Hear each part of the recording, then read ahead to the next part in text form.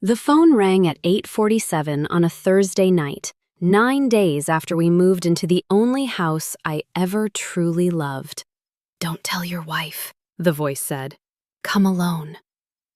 I stood in my new kitchen with a dish towel still in my hand, and for a moment I thought I had misheard him. I hadn't. It was Walter Higgins, the man who had sold us the house on Larkspur Lane, and his voice was shaking in a way I had never heard from him before. Not once, not during the 4 walkthroughs, not during the closing, not during the awkward handshake on the porch when he handed me the keys and told me to take care of his wife's roses. I remember looking through the doorway into the living room, where Diane was curled up on the couch we had just bought to replace the one that didn't fit through the new front door, laughing at something on her phone, her reading glasses pushed up into her hair. She looked so at home already. 9 days, and she already looked like she had lived there her whole life. And here was a stranger's father, a 74-year-old widower I had met exactly 6 times, whispering into my ear that I needed to meet him at a diner off Route 9 in 40 minutes, and that under no circumstances was I to bring my wife, or tell her why I was leaving. I want to be honest with you. My first thought was not curiosity. My first thought was fear, the plain, old-fashioned kind, the kind that starts in your stomach before your brain has caught up. Because there are only so many reasons a man calls you at night and tells you to come alone, and none of them are good. I told Diane I had to run to the hardware store before it closed, that the downstairs bathroom faucet was still dripping and it was driving me crazy. It wasn't even a good lie. I am not, by nature, a man who lies to his wife. 26 years of marriage, and I could count on one hand the number of real lies I had told her. Small ones, the kind everyone tells. "No, that dress doesn't make you look older. Yes, I already ate." But this one sat wrong in my mouth the second I said it, heavy, like a stone I'd swallowed. She didn't even look up from her phone. "Take the truck," she said. "It's cold." If you have ever had to leave your own home not knowing whether you were about to lose everything you had just built, tell me where you're watching this from, because I think you'll understand what came next better than most people would. I drove through Maple Hollow with the heater rattling and my hands too tight on the wheel. Past the church, past the elementary school where Sophie, our daughter, had gone to kindergarten back when we still lived across town in the rental with the crooked porch steps. 22 years of scraping and saving had gone into that new house. Every overtime shift I picked up at the insurance office, every extra tax season Diane spent doing the books for the school district on top of her regular job, every vacation we skipped so we could put another few thousand into the account marked simply house. And 9 days after we finally closed on it, the man who used to own it was calling me in a whisper, telling me not to tell my wife. The Blue Kettle Diner sat off Route 9 in a strip of gravel and sodium lights, the kind of place that had been serving the same 4 kinds of pie since before either of us was born. Walter was already there when I arrived, tucked into the back booth, facing the door, a coffee going cold in front of him that he clearly hadn't touched. He looked smaller than I remembered. At the closing table, he'd worn a cardigan that still smelled faintly of pipe tobacco, and he'd shaken my hand with both of his and said, "Take care of her roses, son. Eleanor planted those the year Derek was born." Now he looked like a man who hadn't slept in days, hollow around the eyes, his hands wrapped so tightly around that cold coffee cup that his knuckles had gone white. I sat down across from him. "Walter," I said, "what is going on?" He leaned forward, so close I could smell the coffee, and something underneath it. Fear. Plain human fear. "Mark," he said, "I need you to listen to me, and I need you to believe that I am not a crazy old man, because everyone in my life has spent the last year trying to convince me that I am." I told him I was listening. I meant it. And I had no idea, sitting in that vinyl booth under buzzing fluorescent light, that the next 40 minutes would take apart everything I thought I understood about the house we had just bought, the man who sold it to us, and the son who had orchestrated the whole thing behind both of our backs. Let me back up, because you deserve to understand how we got to that booth, and why what Walter told me landed like a demolition charge under a foundation I thought was solid. Diane and I had been looking for the right house for almost 3 years. Not because we were picky exactly, though our real estate agent, a tireless woman named Carla who kept a spreadsheet of every listing within 20 miles, might have disagreed. We were looking because we had one very specific requirement that kept eliminating almost everything on the market. We needed a house with a real, honest-to-goodness in-law suite, because our daughter Sophie was 7 months pregnant with our first grandchild, and her husband Ben was 6 months into a deployment that wasn't ending anytime soon. And Sophie had asked us, quietly, almost apologetically, if she could come stay with us until the baby came and Ben came home. Of course, I'd told her, before she'd even finished the sentence. Of course, baby. There was never a question.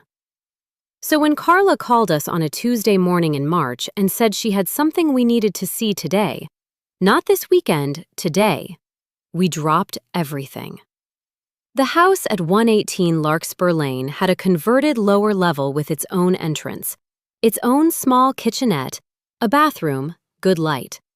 It had a wraparound porch and an oak tree in the backyard that Diane touched with her palm the very first time she walked past it, the way you'd touch something you already loved. And it was priced at $412,000, which even I, a man who reads actuarial tables for a living, could tell you was low. The comparable house 2 streets over, smaller, no in-law suite, had sold for $461,000 just 2 months earlier. I remember asking Carla about it in the driveway, why it was priced the way it was. She'd shrugged and said the seller wanted a fast, clean close, no contingencies, no drama. Cash preferred, but financing fine as long as it moved quickly. Sometimes, she said, older sellers just want it done. They don't want to negotiate for 6 months. They want to sign and go. I should tell you now, because you'll want to know later, that I did notice something odd that first day, something I filed away and didn't think much of until it mattered. There was a man in the driveway of the house next door when we pulled up.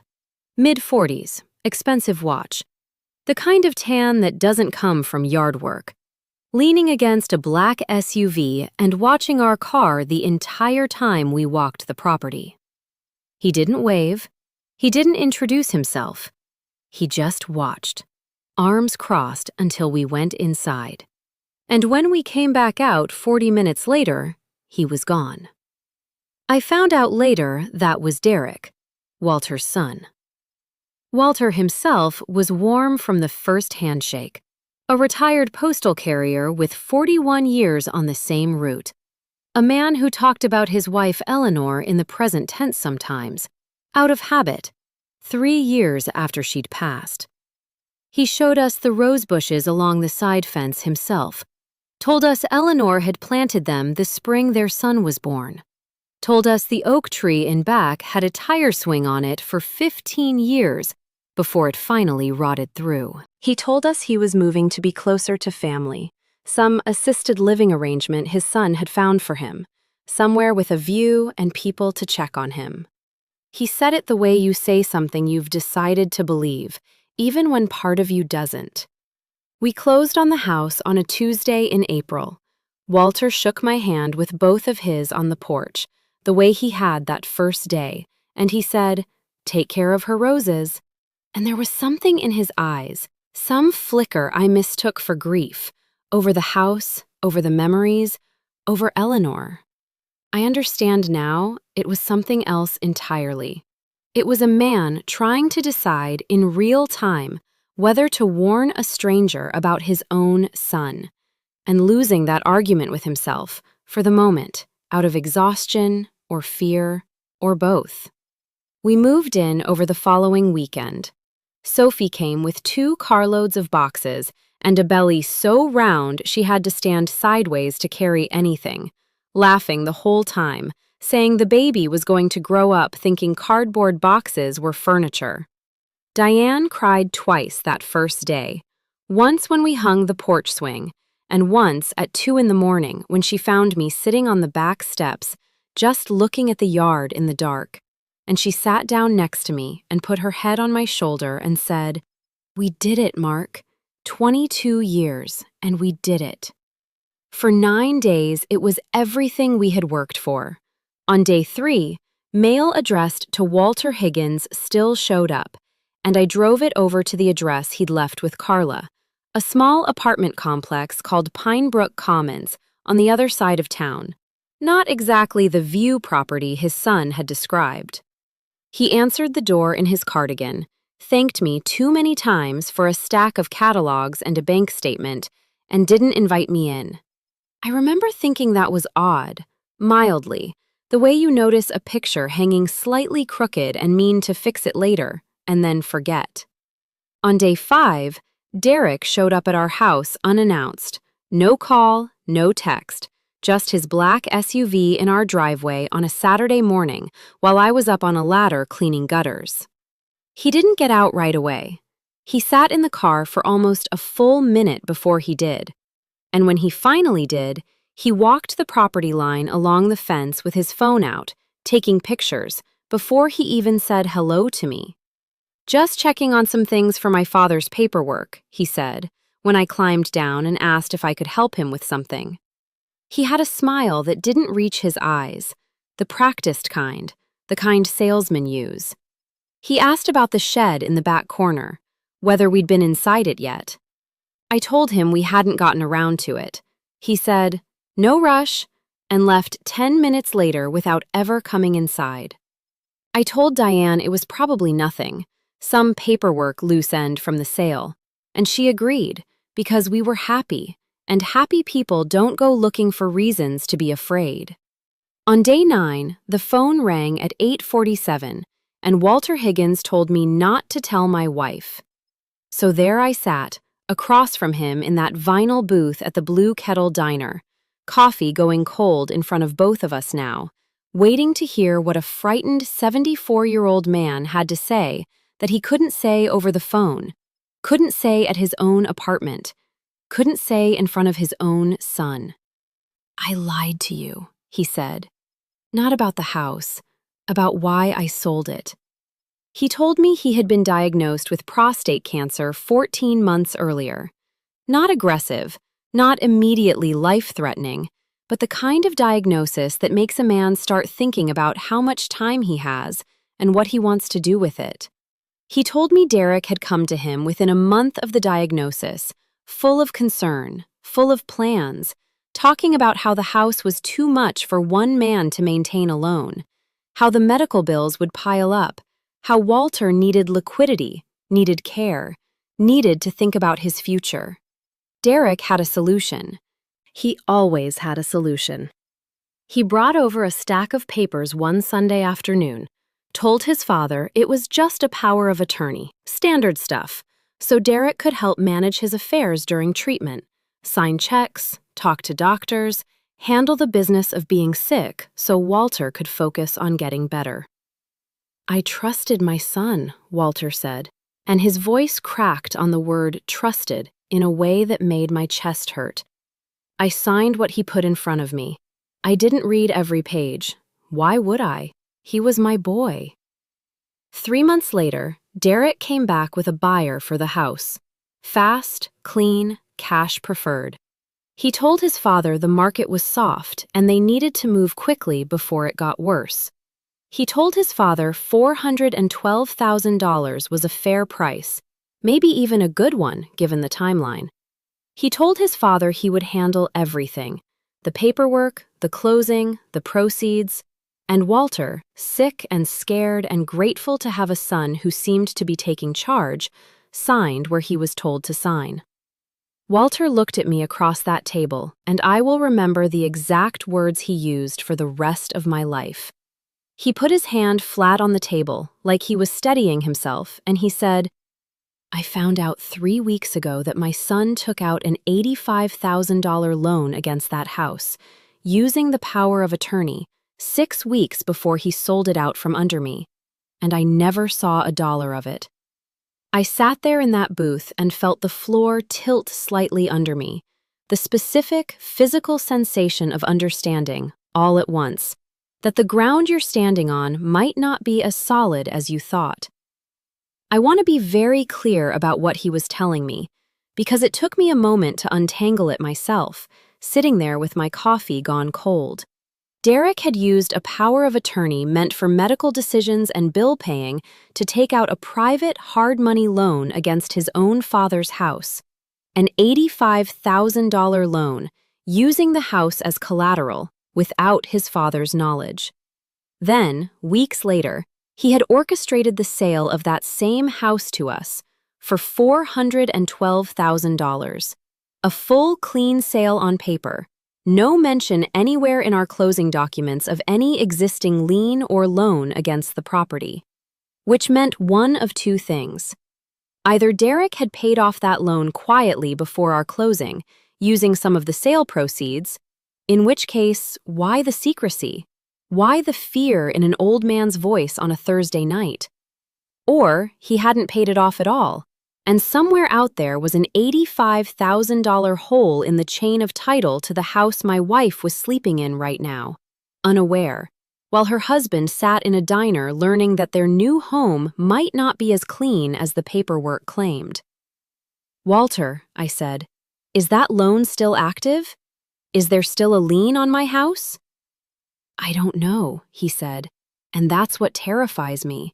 Because 3 weeks ago, when I finally read through the papers Derek had me sign, the real papers, not the ones he summarized for me, I found the loan documents in a folder he thought I'd never look at. And when I asked him about it, gently, because I still wanted to believe there was an explanation, he told me I was confused. He told me the cancer had gotten into my head, that I was misremembering things, that I should let him handle the business side and focus on my treatment. He looked down at his hands. "My own son told me I was losing my mind," he said, "so that I would stop asking questions." I want you to sit with that phrase for a moment, because it becomes important later, and because I have never forgotten the exact way Walter's voice broke when he said it.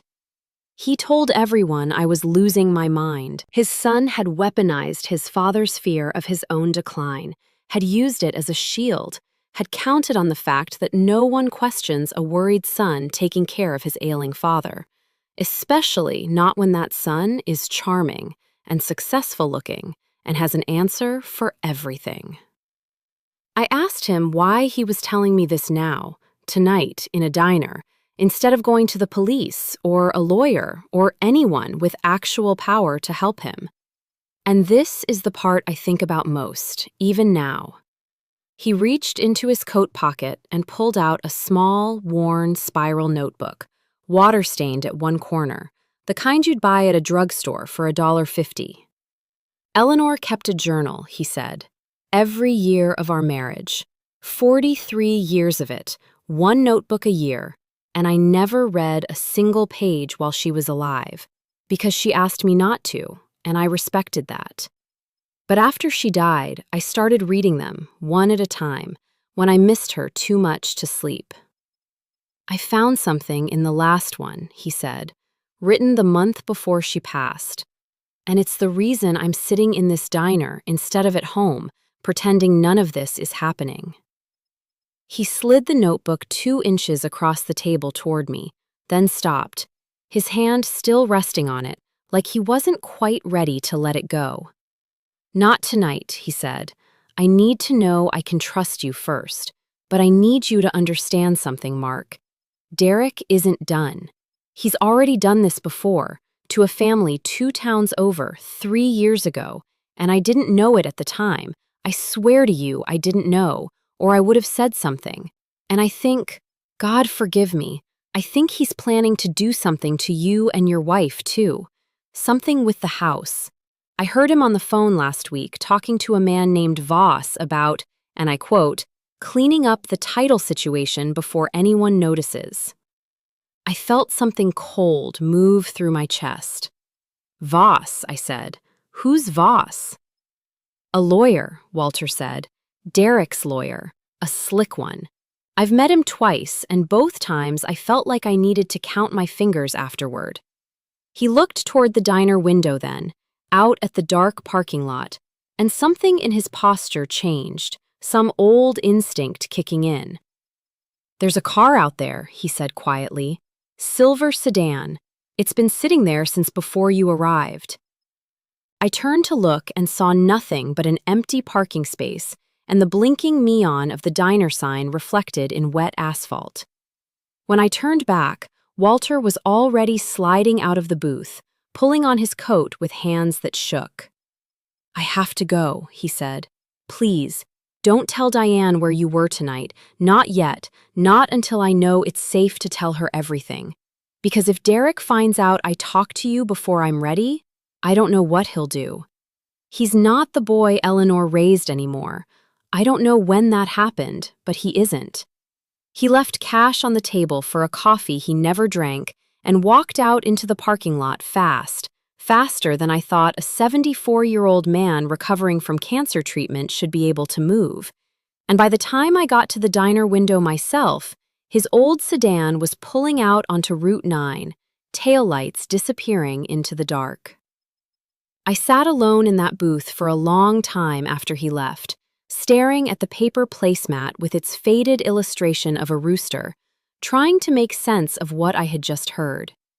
An $85,000 loan I knew nothing about, hidden inside a house I had just spent every dollar I had saved for 22 years to buy. A son who had gaslit his own dying father into silence. A lawyer named Voss cleaning up a title situation. A journal Walter wasn't ready to share yet. And somewhere out there, apparently, a family 2 towns over who had already been through whatever was coming for us. I drove home with my headlights cutting through the dark, past the church, past the elementary school, and by the time I pulled into our driveway, I had made a decision I would spend the next several days regretting and defending in equal measure. I decided not to tell Diane. Not yet. I told myself it was to protect her, to figure out how serious the threat was before I dropped it in her lap. I told myself I needed one more piece of information, one solid fact, before I frightened the woman I loved with a story that, on its face, sounded like it belonged in a paperback thriller from the grocery store spinner rack, not in our quiet life on Larkspur Lane.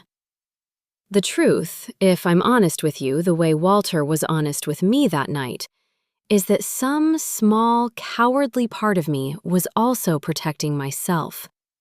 Because if I told Diane, it became real. It became a thing we had to deal with together, immediately, out loud. And some part of me wanted just one more night of believing we had actually made it, that the house was simply ours, clean and whole and paid for, before I let that belief crack. I climbed into bed next to her that night, and she stirred, half asleep, and murmured, "Did you fix the faucet?" And I said, "Yes," which was, I realized as the word left my mouth, the second lie I had told my wife in one night, and it sat in my stomach like a stone dropped into still water, sending out ripples I couldn't yet see the edges of. I want you to remember that little spiral notebook, water-stained at one corner. I want you to remember the name Voss. I want you to remember a family 2 towns over who apparently went through this before us. Because none of those threads were loose ends.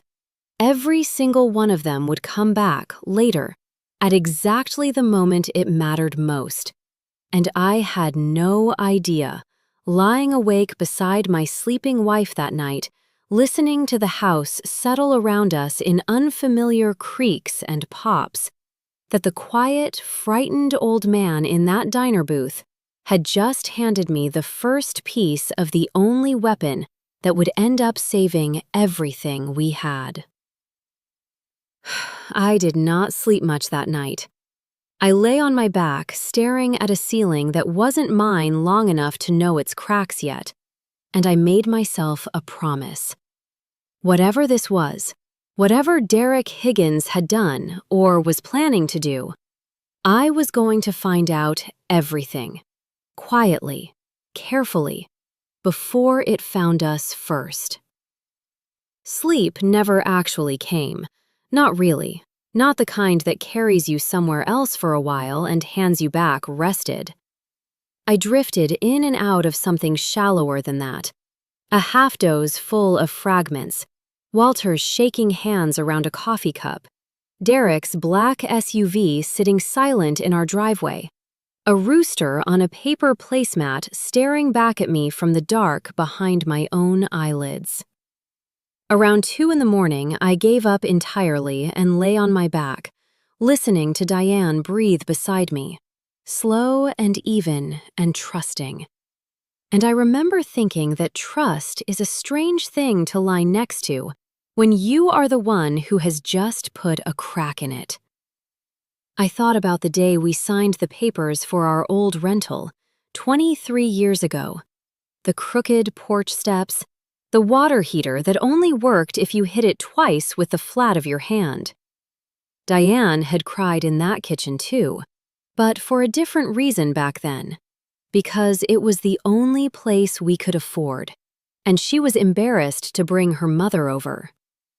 I remembered promising her, standing in that same cracked kitchen with a baby monitor crackling in the next room, and Sophie not yet 2 years old, that one day we would have a house that nobody ever had to apologize for.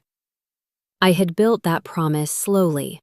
One overtime shift and one skipped vacation at a time.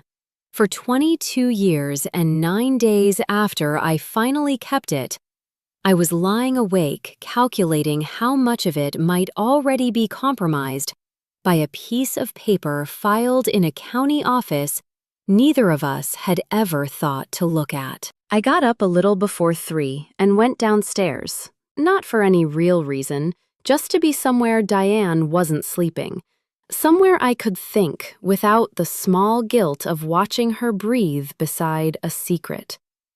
The house was still unfamiliar enough in the dark that I bumped my hip against the edge of a box we hadn't unpacked yet, marked in Sophie's handwriting, "Kitchen, Misk," and I stood there in the dark kitchen rubbing my hip and almost laughed at myself, at the absurdity of a grown man tiptoeing through his own home like an intruder, because that is exactly what the last few hours had made me feel like.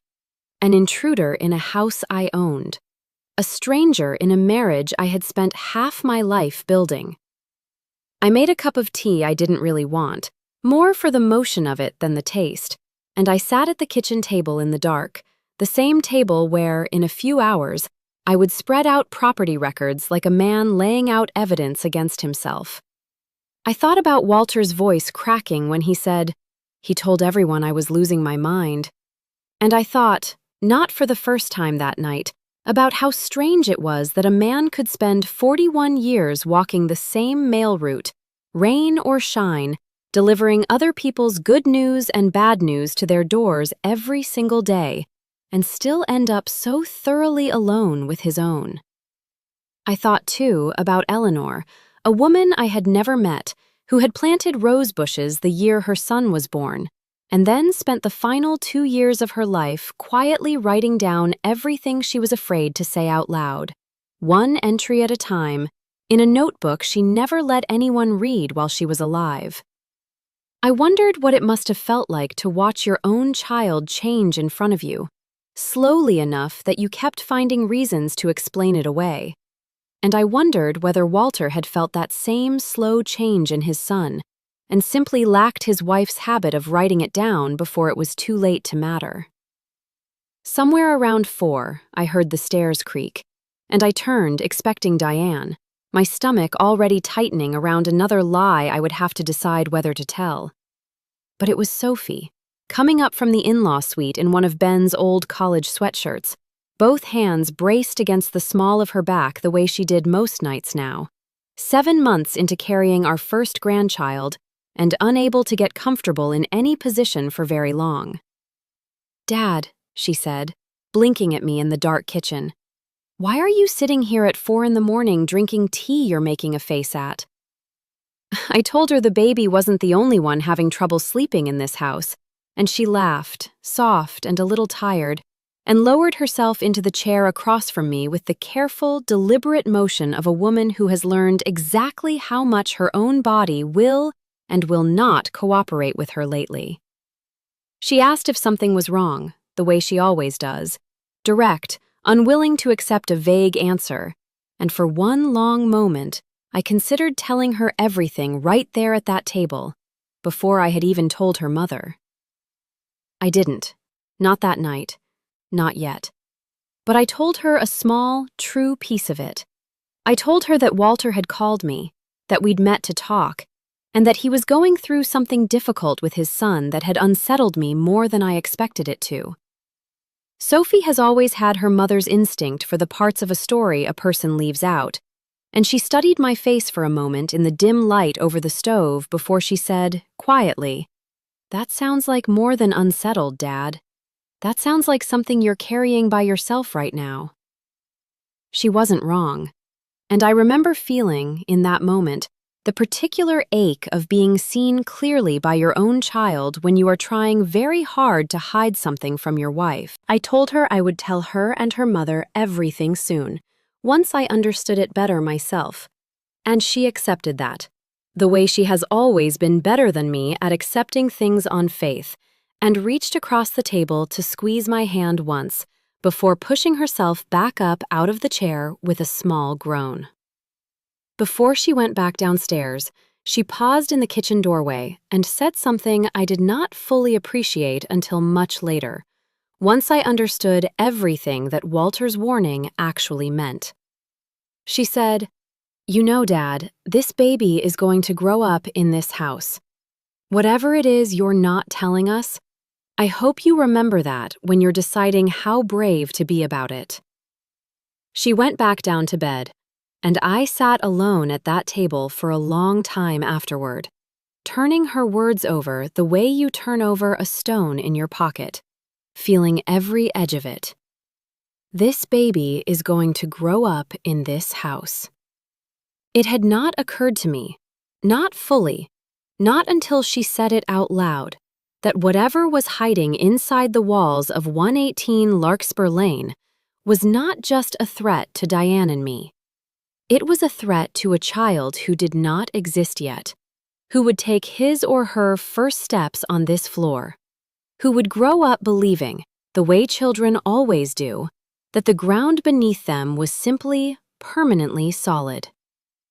I thought about Rosalind Ferris then, a woman I had not yet met and did not even know the name of, somewhere out there in a county I couldn't picture, living with whatever version of this same fear had already come true for her. I did not know, sitting at that table at 4:30 in the morning, that within the week her name would matter more to us than almost anyone else's. But some instinct, something low and steady underneath the fear, told me that Walter's warning was not really about us at all. Not entirely. It was about a pattern. And patterns, unlike accidents, do not stop on their own. They only stop when someone finally interrupts them. I thought about the exact phrase Walter had used, the one that had lodged itself somewhere behind my ribs the moment he said it. He told everyone I was losing my mind. I turned that sentence over again and again in the dark kitchen, and the more I turned it, the less it sounded like a son's cruel mistake, and the more it sounded like a strategy, deliberate and practiced. The kind of thing a person only says with such calm, convincing ease if they have said some version of it before, to someone else and watched it work. Around 5, the sky outside the kitchen window began to change from black to that flat, colorless gray that comes just before actual light. And I watched Eleanor's rose bushes slowly resolve out of the darkness along the side fence, still bare of blooms this early in the season, just thorny, patient shapes waiting for the weather to turn. I thought about a woman I would never meet who had planted them the year her son was born, full of hope for exactly the kind of life none of us had gotten to have yet. And I made myself a second promise that morning, quieter than the first one. One I did not say out loud to anyone, not even to myself in so many words. Whatever this cost us, I was not going to let Derek Higgins turn this house into the kind of place our grandchild would one day read about in a court file, the way Sophie had found Rosalind's story tucked into a docket days later. I was going to make sure that if anyone ever went looking for the truth about what happened here, they would not find a family who stayed quiet out of fear. They would find one that finally, fully, refused to. By the time the light in the kitchen turned properly gold, and I heard Diane's alarm go off upstairs through the ceiling, faint and ordinary, I had made my decision about the day ahead of me. The same decision I would carry, still uncertain of its final shape, into the county recorder's website an hour later. I was not going to wait passively for Walter to hand me answers one frightened phone call at a time. I was going to go and find them myself, quietly, carefully, before Derek Higgins or his lawyer ever knew I had started looking. I had no idea at the time just how much digging that promise would require, or how close Derek and his lawyer already were to setting something in motion that would have blindsided us completely if Walter Higgins hadn't found the courage, at the 11th hour, to break his own silence. The next morning, I called in sick to the insurance office for the first time in 6 years. Diane noticed something was off before she left for the school district office, the way wives always do. Some shift in the air of a house that only they can read. She stood in the kitchen doorway with her coat half on and asked me if I was feeling all right. And I told her I just hadn't slept well, which was, at least, entirely true. She kissed my forehead the way she does when she's not fully convinced but is willing to let it go for now, and told me to call her if I needed anything, and left for work. The second she was gone, I sat down at the kitchen table with my laptop and did something I hadn't done since the closing. I pulled up the county recorder's office website and searched the property records for 118 Larkspur Lane. I want to explain, briefly, what I found, because it matters, and because I had to learn some of this the hard way, reading through documents I only half understood at first. A property's title is supposed to be clean when you buy it, meaning free of liens, judgments, or claims that could complicate your ownership. At closing, a title company is supposed to search all of that and either clear it or disclose it. Our closing documents, the ones I had signed with my own hand 9 days earlier, showed a clean title. No liens, no judgments, nothing.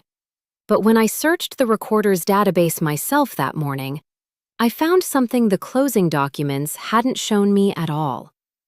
A deed of trust, filed 14 months earlier, naming Walter Higgins as the borrower and a private lending entity called Silverline Capital Partners as the lender, securing a loan in the amount of $85,000 against the property at 118 Larkspur Lane. My hands actually went cold. There it was, exactly as Walter had said, sitting in public record for anyone to find if they knew to look. And critically, there was no corresponding release of that deed of trust anywhere in the chain. No document showing it had been paid off, no satisfaction of mortgage, nothing. Which meant, as far as the county's own records were concerned, Our house still had an $85,000 lien against it that our closing had somehow failed to disclose, or had deliberately buried. I am, by profession, a man who reads fine print for a living. I spend my days at the insurance office parsing policy language, looking for the gap between what a document says and what a person assumes it says, because that gap is where claims get denied and where fraud gets committed. So I did what I know how to do. I started pulling every document I could find. The original deed from Walter to us, the title company's preliminary report, the settlement statement from closing. I laid them all out on the kitchen table like a man doing a puzzle he was afraid of finishing. And I found it. Buried in an addendum to the title report, 3 pages of dense legal boilerplate that no reasonable person reads in full, was a single line disclosing the Silverline Capital loan, followed immediately by a note stating it would be, quote, satisfied and released at or before closing from seller proceeds. Which was the explanation. The clean, boring, legitimate explanation. The one that would have made this whole thing nothing more than an old man's confused fear. Except the recorder's office showed no release, which meant either the title company had made a catastrophic clerical error, failing to file the release after Derek supposedly paid it off, or the loan had never actually been paid off at all, and someone had simply told the title company it would be, to get the closing to go through clean on paper. I needed to know which one it was. And I realized, sitting there with coffee going cold for the second time in 12 hours, that I had exactly one way to find out that didn't involve tipping my hand to Derek before I understood what I was dealing with. I called Silverline Capital Partners directly. It took 3 transfers and a hold time long enough that I refilled my coffee twice. But eventually, I got a loan servicing representative on the phone. A woman with a flat, tired voice who asked for the loan number, which I read off the recorded deed of trust. There was a pause, the clatter of a keyboard, and then she said, "Yes, sir, that loan is still active. Current balance, $81,412. Is there a question about a payment?" I told her I was calling on behalf of the borrower to confirm the loan status, and she confirmed it again, plainly, without any idea of the ground she had just pulled out from under me. Still active, still owed, still secured against my house. I hung up the phone and sat very still for a long moment. Somewhere, on paper, in a title company's file, someone had represented that this loan would be satisfied at closing, and it hadn't been. Which meant either gross negligence or something much worse, something deliberate. I thought about Derek's black SUV in our driveway, his phone out, photographing the property line before he'd even said hello. I thought about him asking whether we'd been inside the shed yet. I thought about Walter's trembling hands sliding that water-stained notebook 2 inches across a diner table and then pulling it back before he was ready to let go. I thought about the name Voss.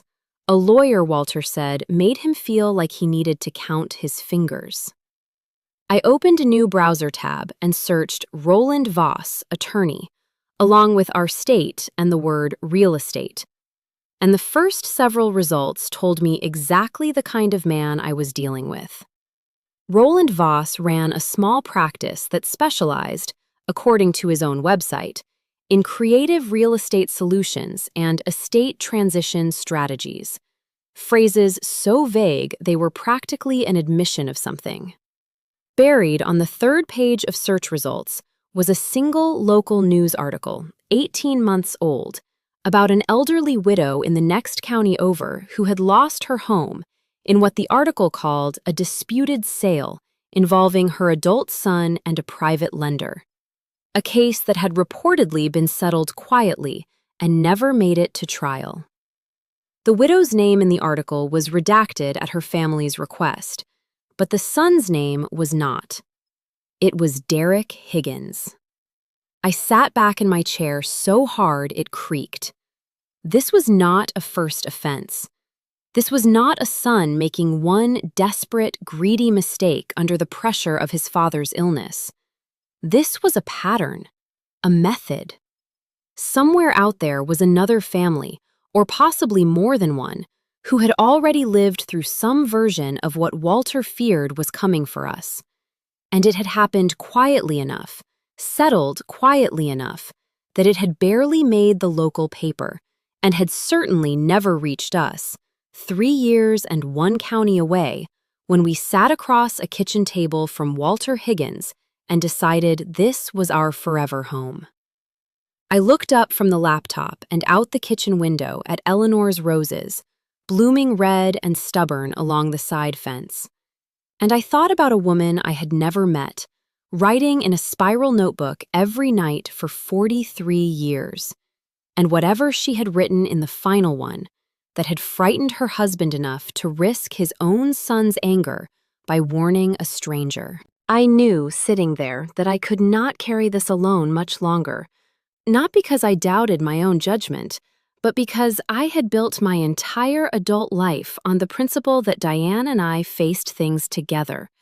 And every hour I kept this from her was an hour I was breaking that principle in a way I would have to answer for eventually, one way or another. But before I told her, I wanted one more piece. I wanted to know what Derek and Voss were actually planning to do with that hidden lien. Because a debt alone doesn't ruin a family. It's what someone chooses to do with it that does the damage. I got my answer faster than I expected, and in a way I hadn't anticipated at all. Around 2 that afternoon, while I was still hunched over the kitchen table surrounded by printed documents, a delivery truck pulled up outside, and a courier walked a thick manila envelope up to our front door and rang the bell. I signed for it without thinking, the way you do for 100 packages a year. And it wasn't until I flipped it over that I saw the return address. Voss Legal Group. My stomach dropped. I carried it inside like it might bite me, and opened it standing at the kitchen counter, my hands not quite steady. Inside was a letter, on thick cream letterhead, addressed to me and to Diane both. And it took every ounce of composure I had not to call her the second I finished the first paragraph. The letter stated, in language dressed up to sound routine, that a title defect had recently been discovered affecting the property at 118 Larkspur Lane, related to an, and I remember the exact phrase, unresolved encumbrance predating the recent transfer of ownership. It stated that Mr. Derek Higgins, acting on behalf of his father's estate planning interests, was, quote, prepared to work cooperatively toward a resolution, which might include a negotiated buyback of the property at a fair adjusted price, in order to, quote, avoid the complications and expense of formal title litigation for all parties involved. I read it twice, then a third time, and each time the same phrase burned hotter in my chest. A negotiated buyback at a fair adjusted price. They wanted us to sell the house back to them, cheap, scared, and fast, using the very lien they themselves had hidden from us at closing, dressed up now as an unfortunate discovery that had nothing to do with them, when in fact, I had spent that entire morning proving with my own 2 hands that it had everything to do with them. This was the plan Walter had overheard on the phone. Clean up the title situation.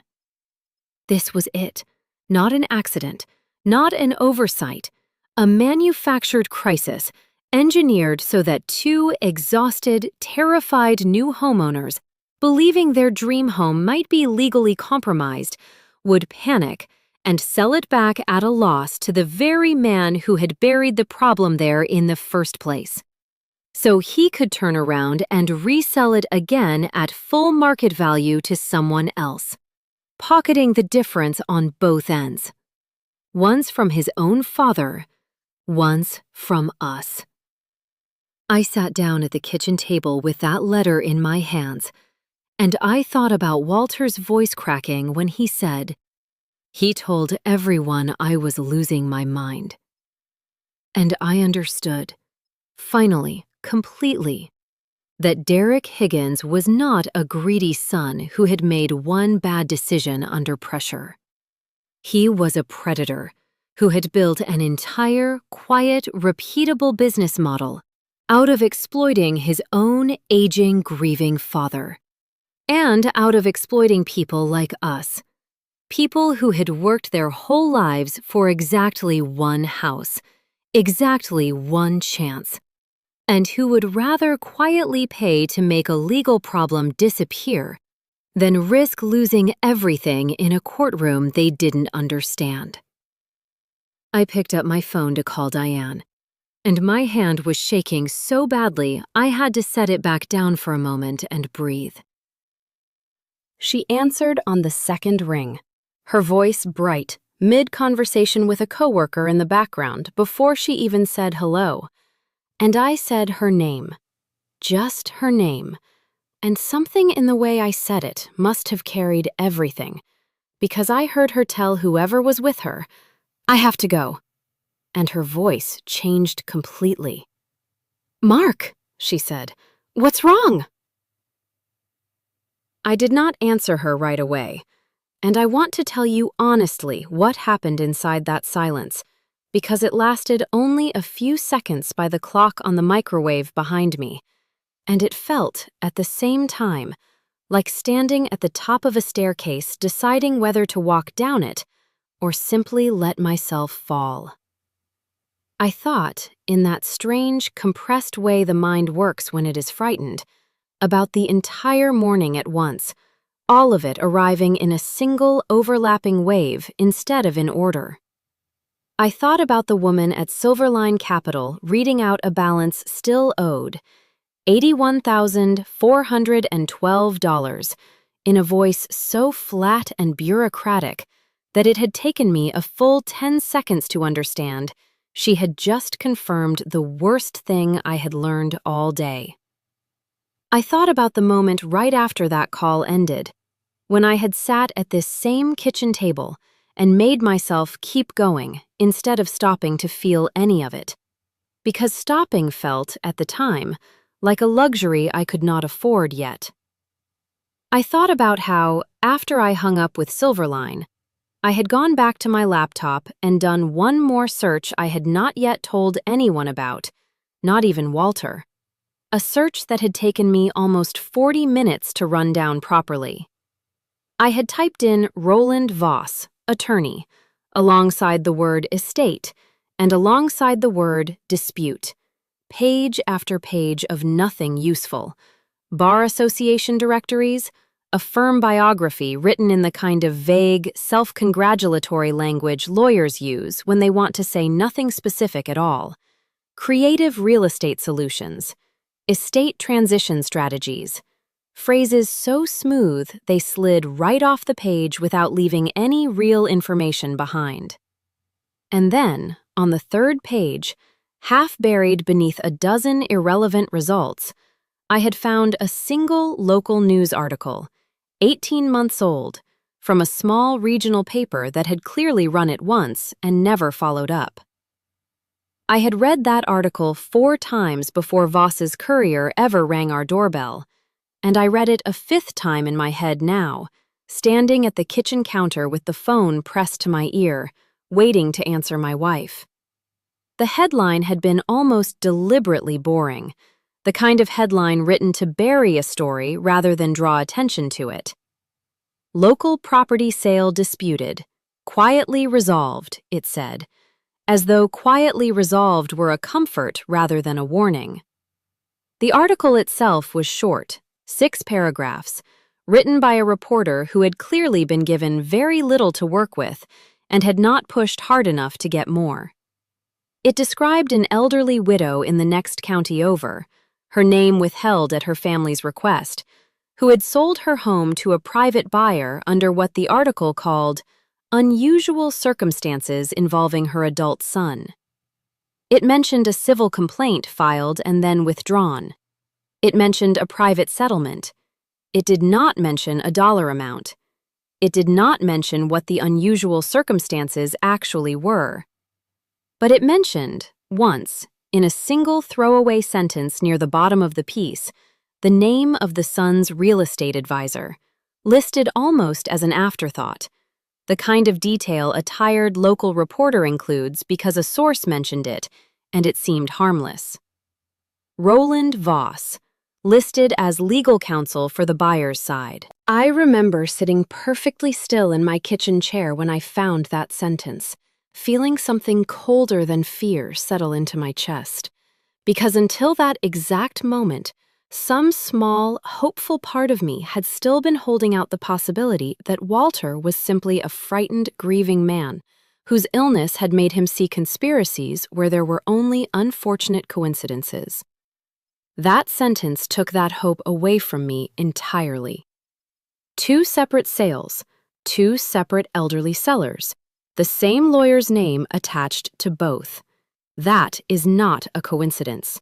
That is a method, practiced enough to have a shape, patient enough to have a pattern, and successful enough, apparently, to be worth repeating. I had not told Walter about that article yet. I had not told Diane. I had been sitting on it for exactly 2 hours and 11 minutes, according to the small clock in the corner of my laptop screen, trying to decide what to do with a piece of information that felt, the longer I held it, less like a discovery and more like a responsibility. Because if Derek Higgins had done this before, to a woman whose name I did not even know yet, then whatever was happening to us was not really about us at all. It was about a wound that had already been inflicted once, and was, if I did nothing, very likely to be inflicted again, on someone else, somewhere down the line, once he was finished with us. I thought, standing there with the phone against my ear, about the vows Diane and I had made to each other 26 years earlier, in a small stone chapel with a leaking roof that the caterer had joked about all through the reception. Vows that had included, among the usual promises, a line neither of us had written, but both of us had insisted on keeping in, for better or for worse, in sickness and in health, for as long as we both shall live. I had said those words at 25 years old, without any real understanding of what they might eventually be asked to cover. I do not think either of us imagined, standing in that chapel, that 26 years later, those same vows would be tested not by illness, not by hardship in the way we had always pictured it, but by a stranger's son, and a hidden lien, and a lawyer's letter dressed up in polite, threatening language, delivered by courier to our own front door. I thought about the specific weight of the word alone, the word Walter had used on the phone the night before, come alone, and how I had spent the last 18 hours quietly obeying it in spirit, even after the literal meeting was over, carrying every piece of this by myself, in my own head, at my own kitchen table, as though protecting Diane from fear were somehow the same thing as protecting our marriage. I understood, in that pause, holding the phone, that it was not the same thing at all. It was closer to the opposite. Every hour I kept this to myself was an hour I was quietly telling her, without ever saying it out loud, that I did not entirely trust her to stand next to me while the ground moved. And I thought, finally, about Sophie, 4 hours earlier, standing in the kitchen doorway in one of Ben's old college sweatshirts, telling me that this baby is going to grow up in this house, and I hope you remember that when you're deciding how brave to be about it. I had turned that sentence over most of the night, and standing there now with my wife waiting on the other end of a silent phone line, I understood exactly what my daughter had actually been asking me, without either of us saying so directly. She had been asking me whether I was going to be the kind of man who protected his family by carrying danger alone in the dark, the way Walter had tried to protect Eleanor for years by not reading her notebook, the way Walter himself had spent months protecting no one at all by staying quiet about his own son, or whether I was going to be the kind of man who understood that real protection meant standing shoulder to shoulder with the people you loved, in the light, from the very first moment the danger became real. "Mark," she said again, her voice tightening now, sharper, more afraid, because the silence had gone on a beat too long even for her patience. "Mark, you're scaring me. Say something." I looked down at the letter still sitting on the kitchen table in front of me. Voss Legal Group, printed across the top in that expensive, understated font designed to look reassuring. The words "fair adjusted price" sitting halfway down the page like a small, polite knife. I looked past it, out the kitchen window, at Eleanor's rose bushes along the side fence, still bare, still waiting for the season to turn, planted by a woman I had never met, who had spent the final 2 years of her life quietly writing down every uncomfortable truth she was too afraid to say out loud, so that someone, someday, would finally have to listen. I thought about how she had run out of time to say any of it to the people who needed to hear it most. I was not going to make the same mistake. Not with the woman I had built an entire life beside. Not for one more minute longer than I already had. I made a decision in that silence, one that had nothing to do with the lien or the loan, or Roland Voss, or even Derek Higgins directly, though all of it was tangled up together by then in a single, urgent knot. I decided that whatever this turned out to be, however large or however dangerous, I was done carrying it by myself, starting from this exact phone call, in this exact kitchen, at not quite 3 in the afternoon, on the 9th day after we had moved into the only home either of us had ever truly believed we deserved. I closed my eyes. "Come home," I said. "I need to tell you something, and I should have told you last night." There was a silence on the line I will never forget. 3 full seconds where I could hear her deciding whether to be angry or afraid. And then she said, quietly, "I'm leaving now," in the flat, controlled voice she uses when she is holding something enormous together with both hands. And I sat at that kitchen table, surrounded by property records and a lawyer's letter threatening to take our home. And I waited for my wife to come home, to a truth I had kept from her for almost 18 hours, with absolutely no idea whether she would ever fully forgive me for the silence, or whether the two of us together would be enough to stop what Derek Higgins had already set into motion. Diane's car pulled into the driveway 11 minutes later, and I remember thinking, in some small, absurd corner of my mind, that it was the fastest I had ever seen her drive in 26 years of marriage.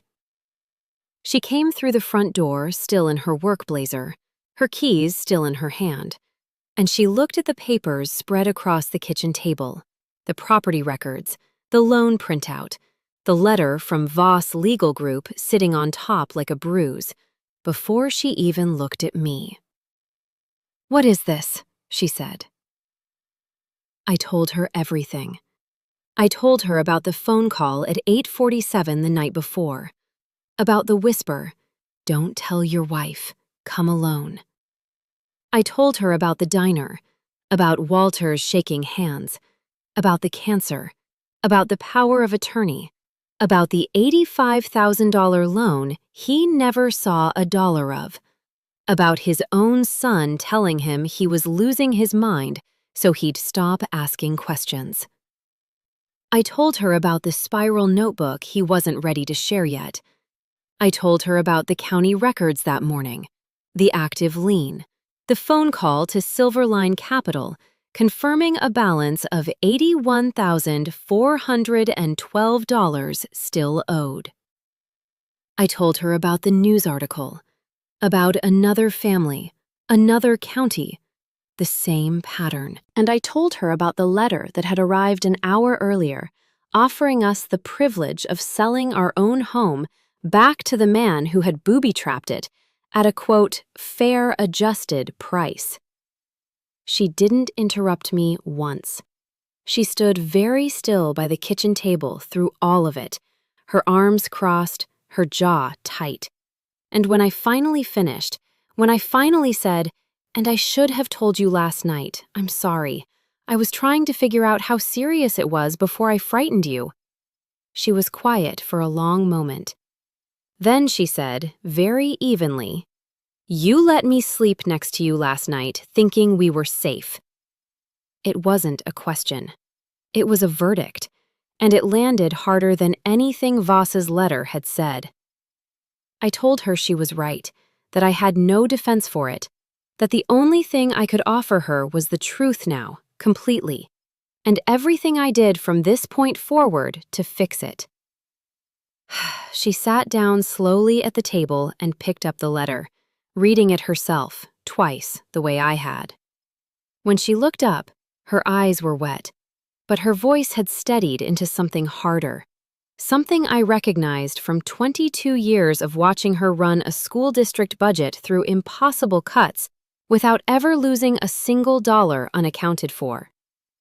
"We are not selling this house back to that man," she said.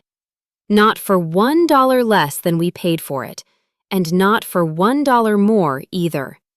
We are not selling it at all." I told her I agreed completely, but that agreeing wasn't enough. That Derek and his lawyer were counting on us being too frightened and too overwhelmed to fight, and that if we wanted to actually beat them instead of just refusing them, we needed to be smarter than angry and slower than they expected. She nodded, wiped her eyes with the heel of her hand in one quick, businesslike motion, and said, "Then we need Walter. We need whatever's in that notebook. And I want to hear all of this myself, from him, tonight if possible, because I am done finding things out secondhand in my own kitchen."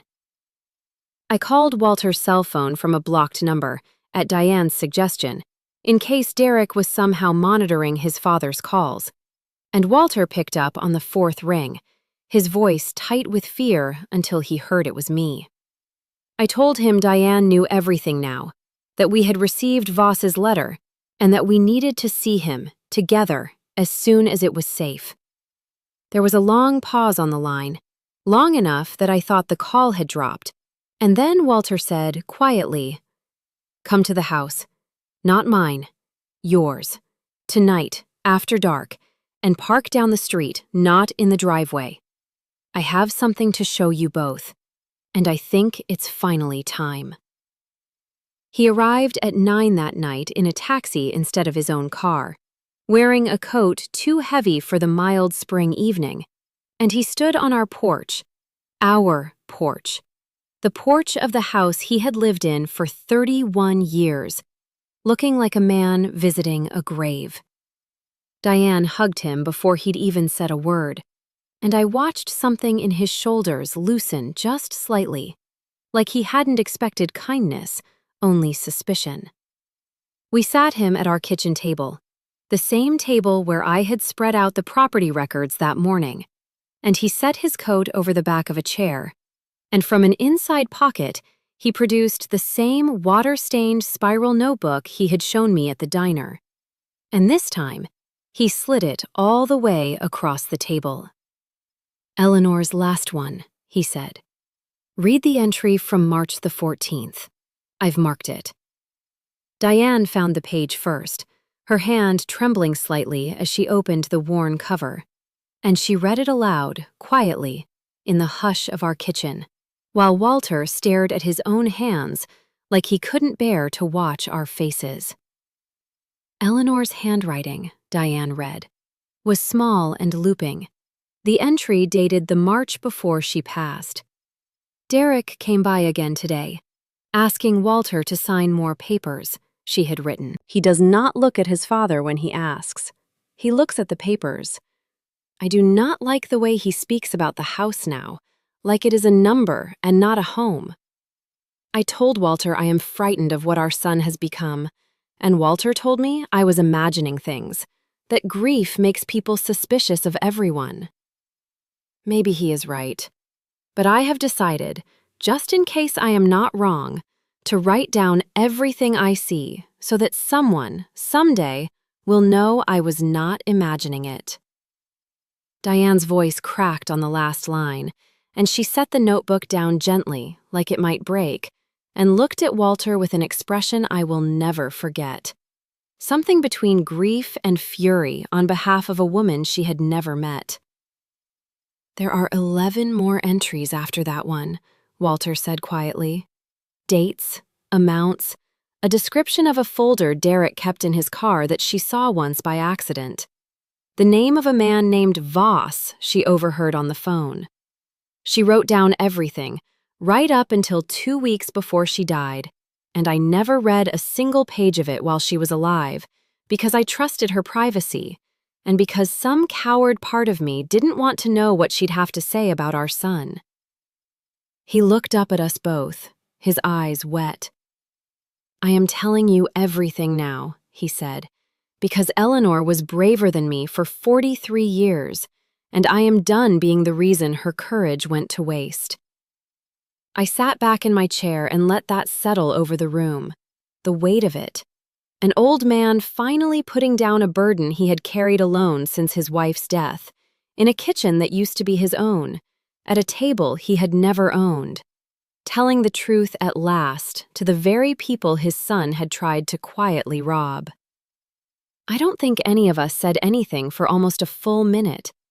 Then Diane reached across the table and put her hand over Walter's, and she said, "We're going to need copies of every page in this notebook.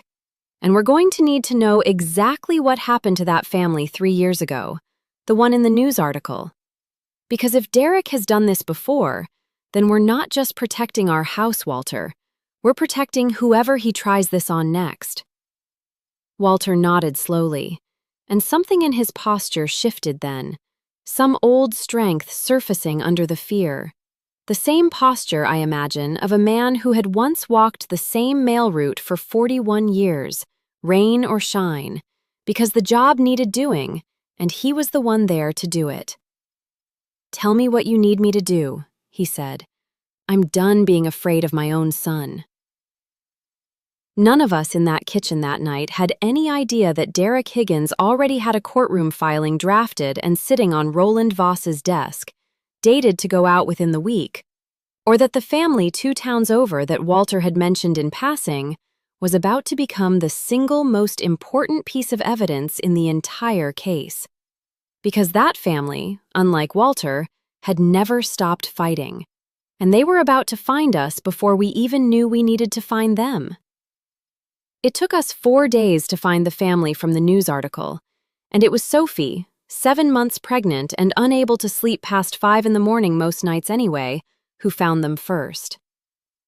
I had told Sophie a scaled-down version of what was happening, not to frighten her in her condition, but because she noticed, the way daughters notice everything, that her parents were suddenly spending their evenings hunched over a laptop with the blinds drawn instead of unpacking boxes. And she wasn't the kind of young woman who accepted a vague answer. She sat down across from me one evening, hands folded over her belly, and said, "Dad, either you tell me what's actually going on, or I start assuming it's something worse than it is, and my imagination right now is not a safe place to leave unsupervised." So I told her. All of it, and instead of panicking, she rolled up the sleeves of her cardigan, opened her own laptop, and said, "Okay, let's find this other family. Someone that specific doesn't just disappear from the internet, Dad. People leave trails even when they think they've scrubbed everything. She was right, and she was better at it than I was. Within an hour, she had cross-referenced the redacted news article against county court filings, searching for any case in that neighboring county involving the name Derek Higgins as a party, even in a settled or sealed matter, because settlement doesn't always erase the paper trail entirely, especially in cases involving elder financial abuse, where certain protective filings remain part of the public record specifically so future victims can find them.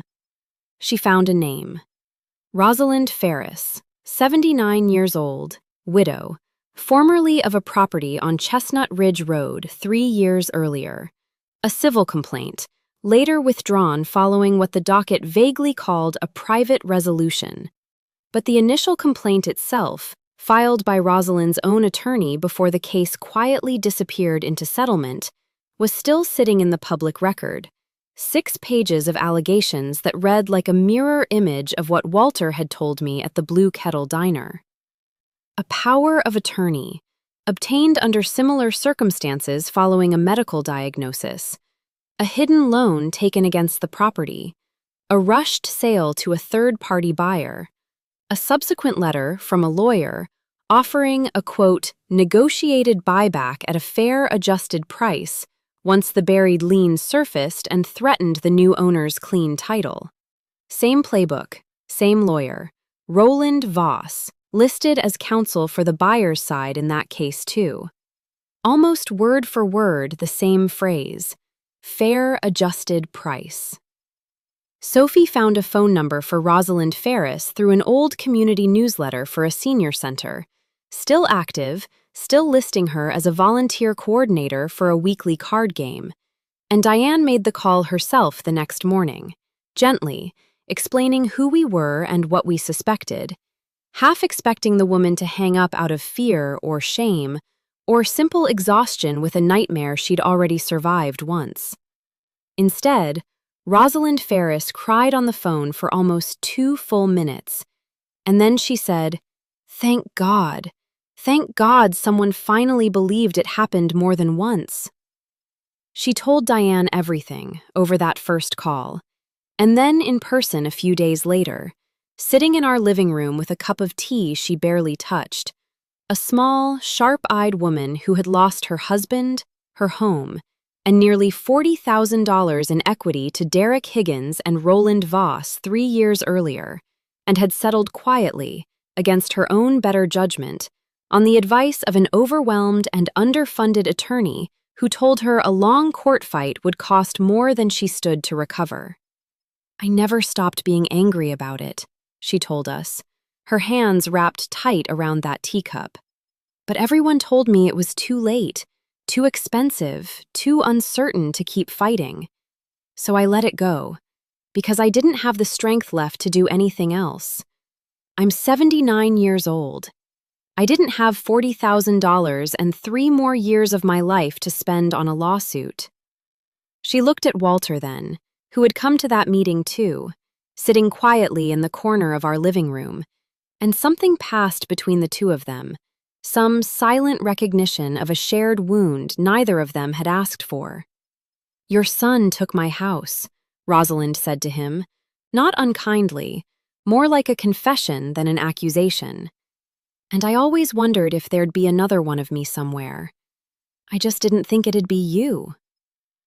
Nobody in that living room moved for what felt like a very long time. I remember the specific sounds that filled the silence instead of words, because I have found, since that night, that the small sounds are often the ones that stay with you longest. The refrigerator humming faintly through the kitchen doorway. The soft creak of the porch swing outside, stirred by a breeze neither of us had noticed until the quiet made room for it. Sophie, 7 months pregnant, shifting slightly on the couch cushion beside her mother, one hand resting flat against her belly the way it always did now when the room around her turned tense, as though she could shield the baby from tension itself simply by touch. Diane sat very still in the armchair across from Walter, her own tea long gone cold in her hands. And I watched her study Rosalind's face the way she studies a spreadsheet that will not balance, searching for the exact place where the numbers stopped adding up. Except this was not a column of figures. This was a woman's entire retirement, her husband's memory, her sense of safety in her own decisions. And I understood, watching my wife's expression, that she was doing the same private arithmetic I had been doing since the diner booth 2 nights earlier, quietly totaling up everything Derek Higgins had already cost people who had trusted him simply because he shared their blood. Rosalind did not look away from Walter while she waited for him to answer her. She sat with her spine very straight in that navy dress she had worn, she told us later, because it was the only formal thing she still owned that fit properly. Her hands folded over each other in her lap, in a way that reminded me, oddly, of a woman posing for a photograph she did not particularly want taken, but had decided to endure with dignity anyway. There was no cruelty in her voice when she had said it. I just didn't think it'd be you. And that absence of cruelty was, in its own way, harder to sit with than anger would have been. Anger you can meet with an apology. Quiet, earned disappointment simply sits in a room and waits.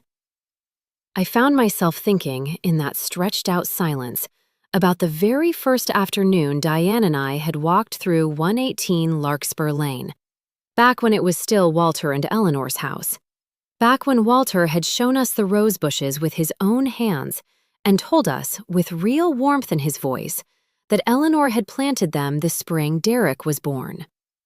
I remembered how proud he had sounded saying his son's name that day.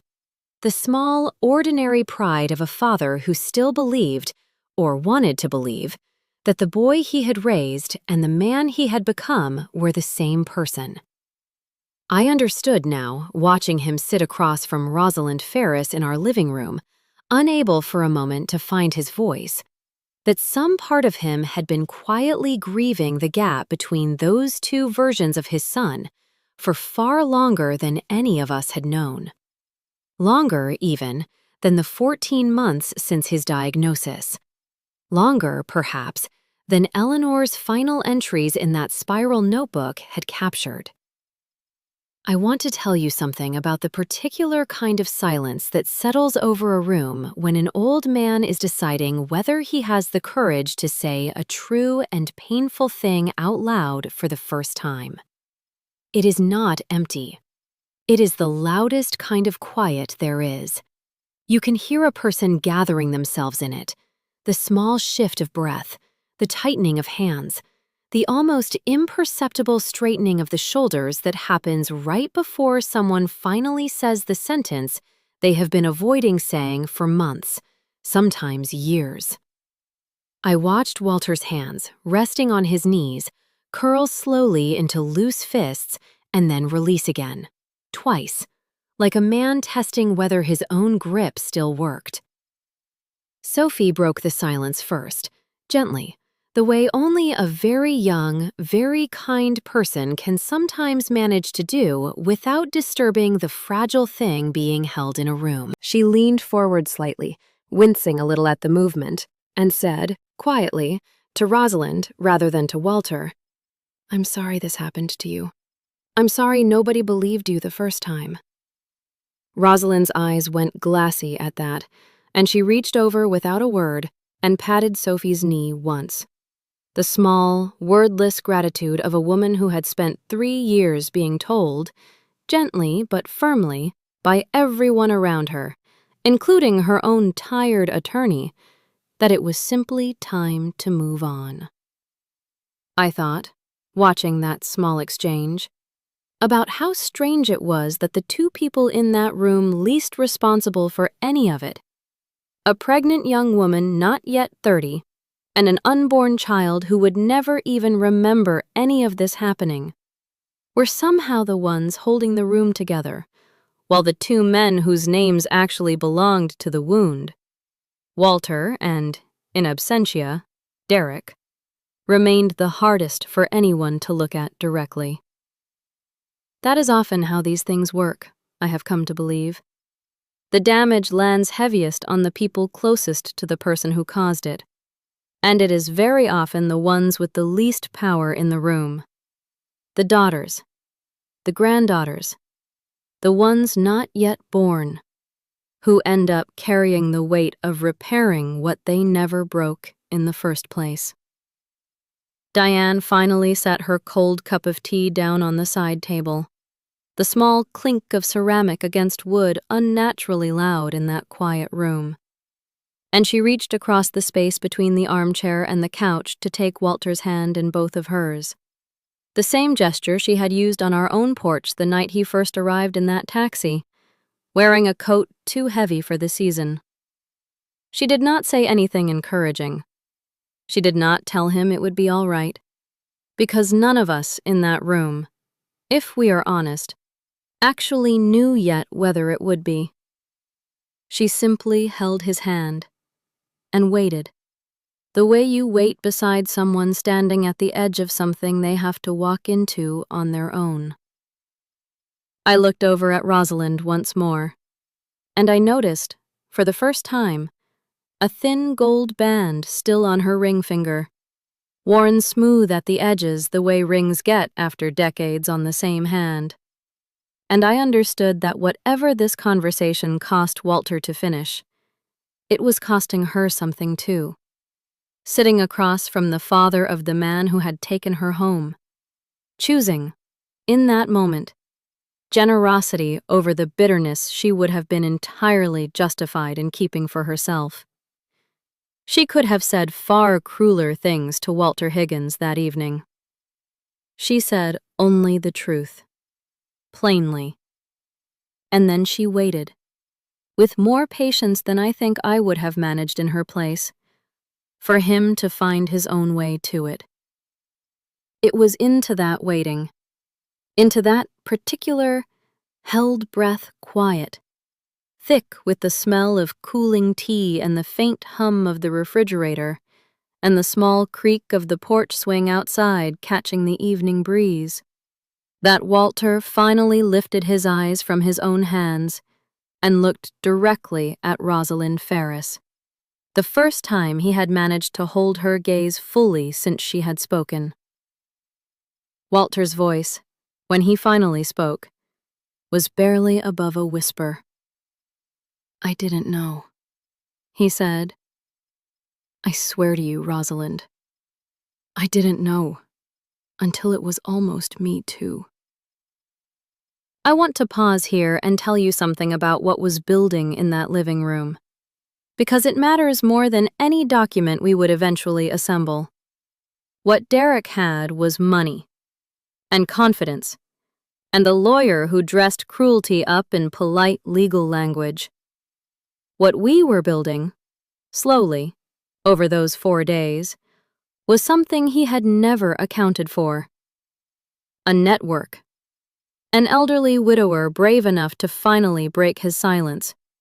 A previous victim brave enough to relive her worst year to help strangers she'd never met. A pregnant daughter with a gift for finding exactly the right thread to pull. A wife who ran a school district's books and did not make mistakes with numbers. And me, a man who reads fine print for a living and had just found the biggest gap of his career, sitting right there in his own chain of title. Derek Higgins had built his entire scheme on the assumption that his victims would be too frightened, too isolated, or too exhausted to fight back. He had never accounted for us finding each other. But a network of frightened people isn't enough on its own. We needed someone with actual power, someone who could turn a kitchen table full of documents and one very brave woman's spiral notebook into something a prosecutor or a judge would have to take seriously. And that meant we needed a lawyer of our own, someone who could go up against Roland Voss and not blink. Diane was the one who thought of Denise Whitfield. Denise had been Diane's college roommate's older sister, a real estate and elder law attorney who had semi-retired 8 years earlier after nearly 3 decades of practice, but who still, according to Diane, took the occasional case that, in her words, made her angry enough to put the reading glasses back on. Diane called her that same evening, and I watched my wife's shoulders drop with relief for the first time in days when Denise picked up on the second ring and said, "Tell me everything, and don't leave anything out because you think it sounds crazy." The crazy-sounding parts are usually the important ones. We drove to Denise's small office above a bakery in town 2 days later, all four of us, Walter, Rosalind, Diane, and me, carrying a banker's box full of copies, the county records, the loan documents, the letter from Voss Legal Group, Eleanor's spiral notebook sealed carefully in a plastic sleeve, and Rosalind's original 6-page complaint from 3 years earlier. Denise was a small, silver-haired woman with reading glasses on a beaded chain, and a way of looking at a stack of paper like it owed her money. She read for nearly 40 minutes without saying a word, occasionally making a small sound in her throat, a kind of low, disapproving hum, while the 5 of us sat in near total silence, listening to the bakery ovens humming faintly through the floor below.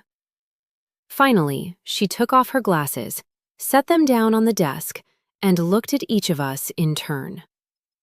"This is not a title defect," she said. "This is a pattern of elder financial exploitation, executed through fraudulent use of a power of attorney, followed by undisclosed encumbrance, followed by a coercive resale scheme designed to extract a second profit from the same fraud.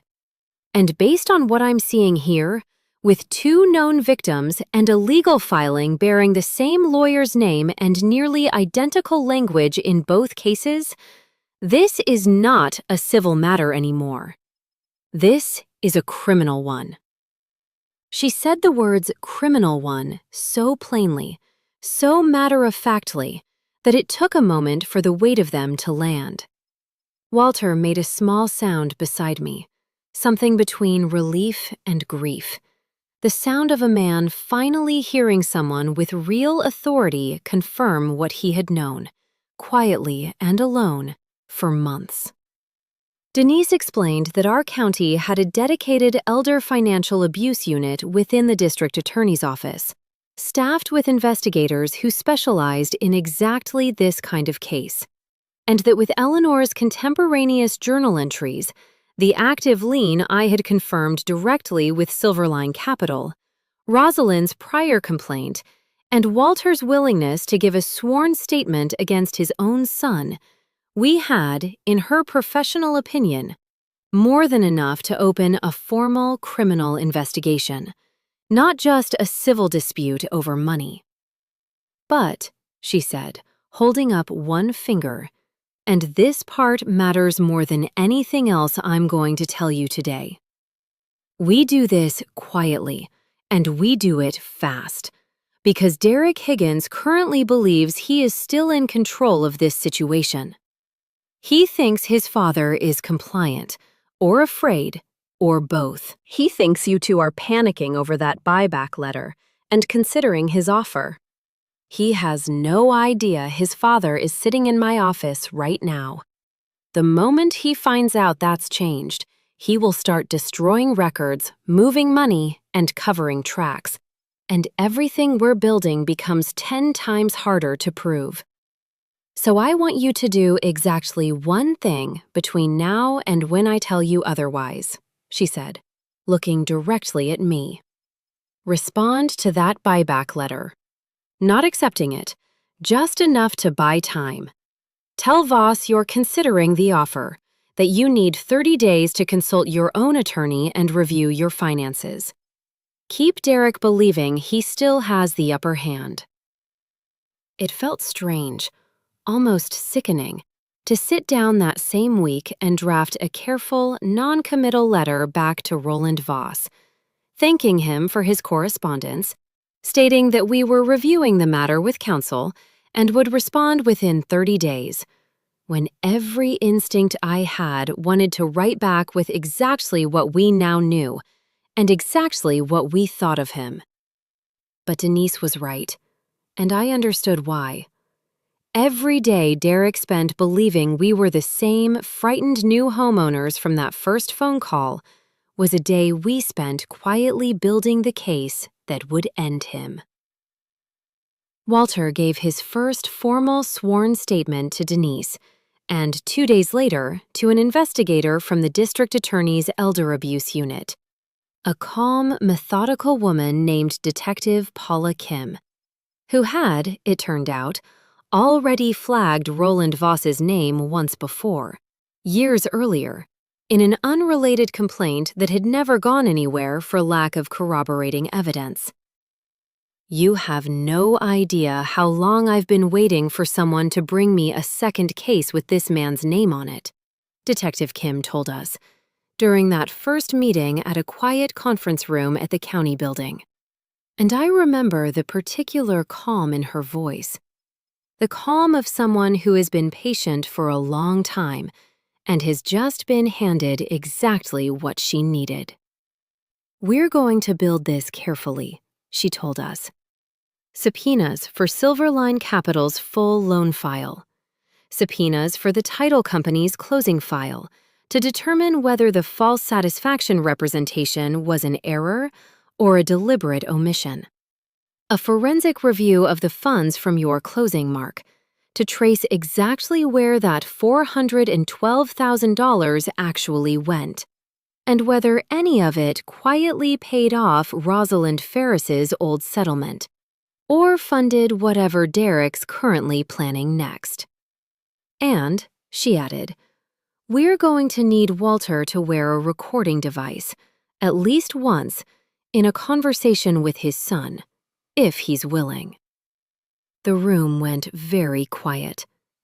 Walter sat with his hands folded on the conference table, staring at them for a long moment.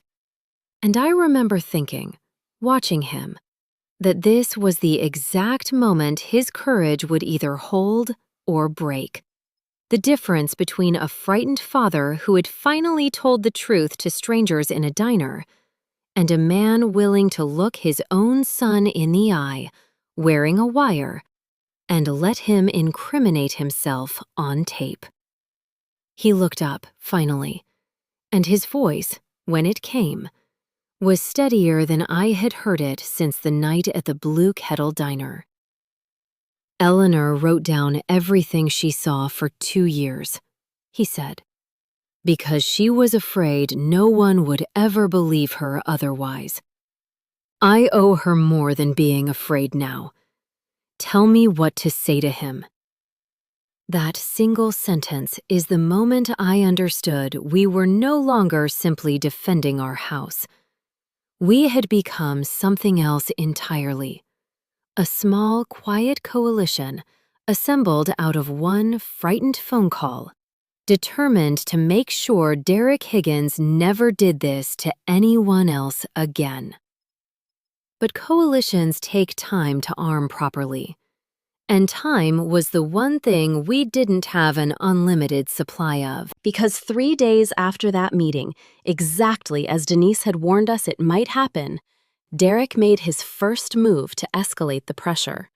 And it arrived not as a letter this time, but as a uniformed county code inspector standing on our porch with a clipboard, informing us that an anonymous complaint had been filed, alleging unpermitted structural work in the converted lower level of our own home, the very room where we were staying, the very in-law suite we had bought this house for, the one Sophie was going to live in, the one our grandchild was going to come home to.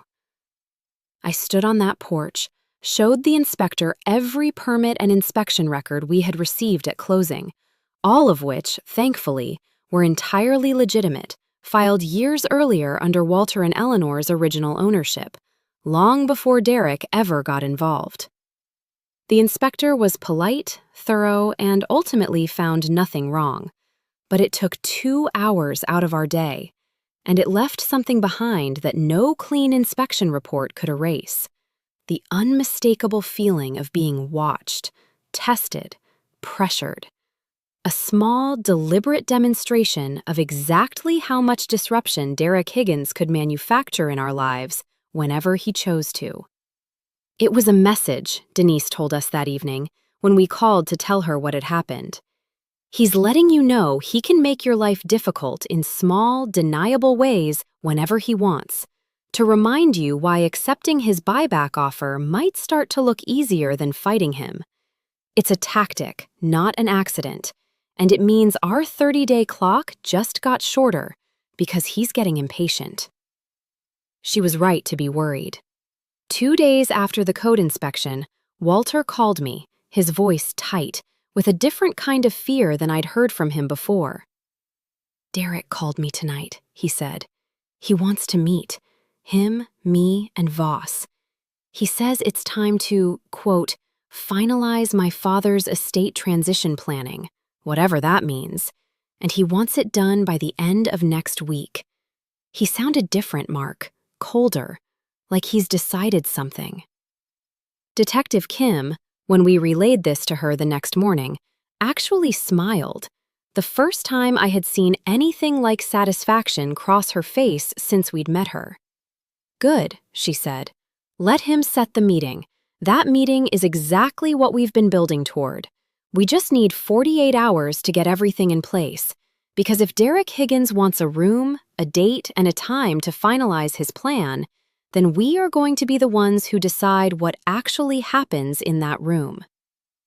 Over those 48 hours, everything moved faster than I would have believed possible 9 days after moving into our house, back when the biggest thing on our minds was which wall in the living room could hold the bookshelves. Detective Kim secured subpoenas for the full loan file from Silverline Capital, confirming not only the existence of the $85,000 loan, but records showing Derek Higgins, not Walter, had directed the funds, $40,000 of which, the forensic trace revealed, had gone directly into a settlement payment to Rosalind Ferris 3 years earlier, meaning Derek had used his own father's house, without his knowledge, to quietly pay off the last person he'd defrauded, and the remaining $45,000 had gone into an account linked to Roland Voss's law firm, structured suspiciously as a series of retainer payments that never matched any actual billed hours. The title company's closing file, subpoenaed the same week, revealed something even more damning. An internal email, 3 lines long, from Derek Higgins to the title company's closing coordinator, instructing her to mark the Silverline loan as satisfied prior to closing, with a promise, in writing, that a payoff would follow within 30 days. No payoff had ever followed. The title company's own negligence in failing to verify that promise before closing was its own separate problem, one Denise assured us we would deal with in due course. But the email itself, in Derek's own words, erased any question of accident. He had known. He had lied. He had signed our closing, and Rosalind's before it, with his eyes wide open. Walter agreed to wear the recording device for the meeting Derek had called, on the condition, which Detective Kim readily agreed to, that Diane and I would not be required to attend in person, that our involvement would remain unknown to Derek and Voss until the moment law enforcement chose to reveal it. Instead, the meeting Derek believed he had called to finalize a quiet family arrangement would actually be attended by his own father, wired for sound, sitting across from him and Roland Voss in a conference room Denise had arranged at her own office, with Detective Kim and a colleague waiting in an adjoining room, monitoring every word. The night before that meeting, Walter came to our house one last time, and we sat together in the living room, the 4 of us, Diane, Walter, Rosalind, who had insisted on being there for moral support, even though she wouldn't be in the room herself, and me. And nobody said very much. Walter held Eleanor's notebook in his lap for a long time, running his thumb along its water-stained corner. And finally he said, quietly, almost to himself, "I wish she could see this. I wish she could see that I finally listened to her." Diane reached over and squeezed his hand and said, "She's the reason any of us are sitting here at all, Walter. Whatever happens tomorrow, that's already true." None of us in that room that night knew exactly what Derek would say once the recording started, or whether a man as careful and controlled as he had shown himself to be would actually incriminate himself out loud, in his own words, in front of his own father. But we knew this. Derek Higgins believed he was walking into a room the next day to close out one final piece of quiet, profitable business. He had no idea he was walking into the exact trap that his own father's courage, his own mother's 43 years of quiet, careful observation, and one previous victim's willingness to relive her worst memory had built specifically to catch him. The meeting was set for 10 in the morning, in a small conference room above the bakery, and I remember standing in our kitchen at 9:45 that day, staring at my phone, waiting for Walter's signal that it was over, with absolutely no idea that within the hour, everything Derek Higgins had built his entire life around would begin to come apart, one recorded sentence at a time. Walter's phone buzzed against my kitchen counter at 11:22 that morning. A single text from Detective Kim, 3 words long. "It's done. Come in." Diane and I drove to Denise's office together in near total silence, the kind that isn't uncomfortable so much as it is full, both of us holding our breath without quite realizing it. When we walked up the narrow staircase above the bakery, the smell of fresh bread following us the whole way, we found Walter sitting in Denise's small waiting area with a paper cup of water he hadn't touched, and Detective Kim standing beside him, arms crossed, wearing the particular expression of a woman who had just gotten exactly what she needed. "He said more than we could have hoped for," Detective Kim told us, before we'd even sat down. "He got comfortable. Confident men usually do. Come listen." She played us a portion of the recording in Denise's office. The 4 of us gathered around a small speaker on the conference table, and I want to describe for you exactly what we heard, because it is, I think, the moment this entire story pivoted. The moment a quiet, frightened phone call 9 days after we moved in finally found its purpose. Derek's voice on the recording was smooth, almost bored. The voice of a man discussing an inconvenience rather than a crime. "Look, Dad," he said, "we just need this handled clean. The new owners are going to get scared off by the title issue. They'll take the buyback, we resell it in 3 months for market value, and everybody walks away fine. This is just business." And Walter's voice, steady in a way I hadn't heard even in our own kitchen, replied, "This is not just business, Derek. This is Eleanor's house, and you told me I was losing my mind so I'd stop asking where the loan money went." There was a pause on the recording, and then Derek's voice again, sharper now, the practiced smoothness cracking just slightly at the edges. "You didn't need to know, Dad. You were sick. I was handling it." "You were stealing it," Walter's voice answered, and there was something in his tone, not shouting, just flat and absolutely certain, that made the hair on my arms stand up listening to it. And then, according to Detective Kim, Roland Voss, who had been mostly silent up to that point, made the mistake that would ultimately hand us everything. Trying to steer the conversation back toward the paperwork he had brought to formalize a new sale agreement, he said, casually, as though it were an obvious point of business, "We structured the loan disbursement the same way we did with the Ferris property, Derek. It worked fine then, it'll work fine now. We just need Walter's signature on the transition documents today." The same way we did with the Ferris property? On tape, out of the lawyer's own mouth, connecting both cases explicitly, admitting the loan structure had been deliberately designed in a prior instance for exactly this purpose. Detective Kim turned off the recording there and looked at each of us in turn. "That," she said, "is what we call in my line of work a very good day."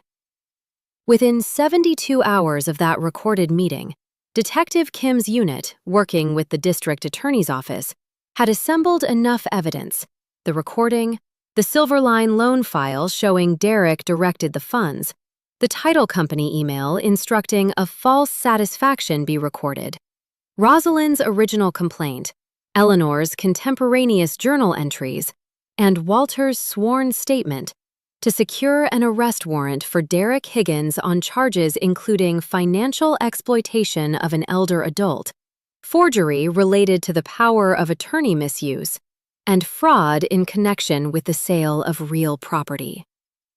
Roland Voss was named as a co-conspirator, facing his own set of charges tied to the false satisfaction representation and his direct role in structuring both fraudulent transactions. But an arrest warrant, Denise reminded us gently, is not the same thing as justice actually being felt by the people it happened to. There is the quiet, procedural version of consequences, and there is the moment when the people who were harmed get to see, with their own eyes, the truth land on the person who hurt them.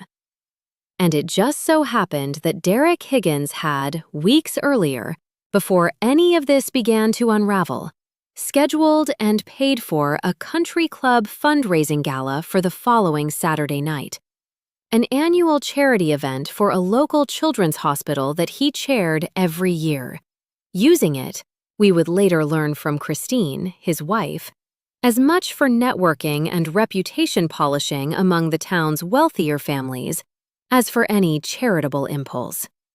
He had, in fact, specifically invited several local real estate investors that night, potential buyers, we now understood, for the resale of our house once the buyback was finalized. Detective Kim, working with the district attorney's office, made the deliberate decision to execute the arrest warrant that Saturday night, at the gala itself, in front of the exact audience Derek had spent years cultivating. Not out of cruelty, she told us plainly, but because public fraud of this scale, targeting elderly and vulnerable victims, deserved a public reckoning, and because Derek Higgins, given any private warning at all, was a flight risk with resources. Diane and I were invited to attend, at Detective Kim's suggestion, as witnesses whose presence would help establish the full pattern in front of the district attorney's investigators observing the scene.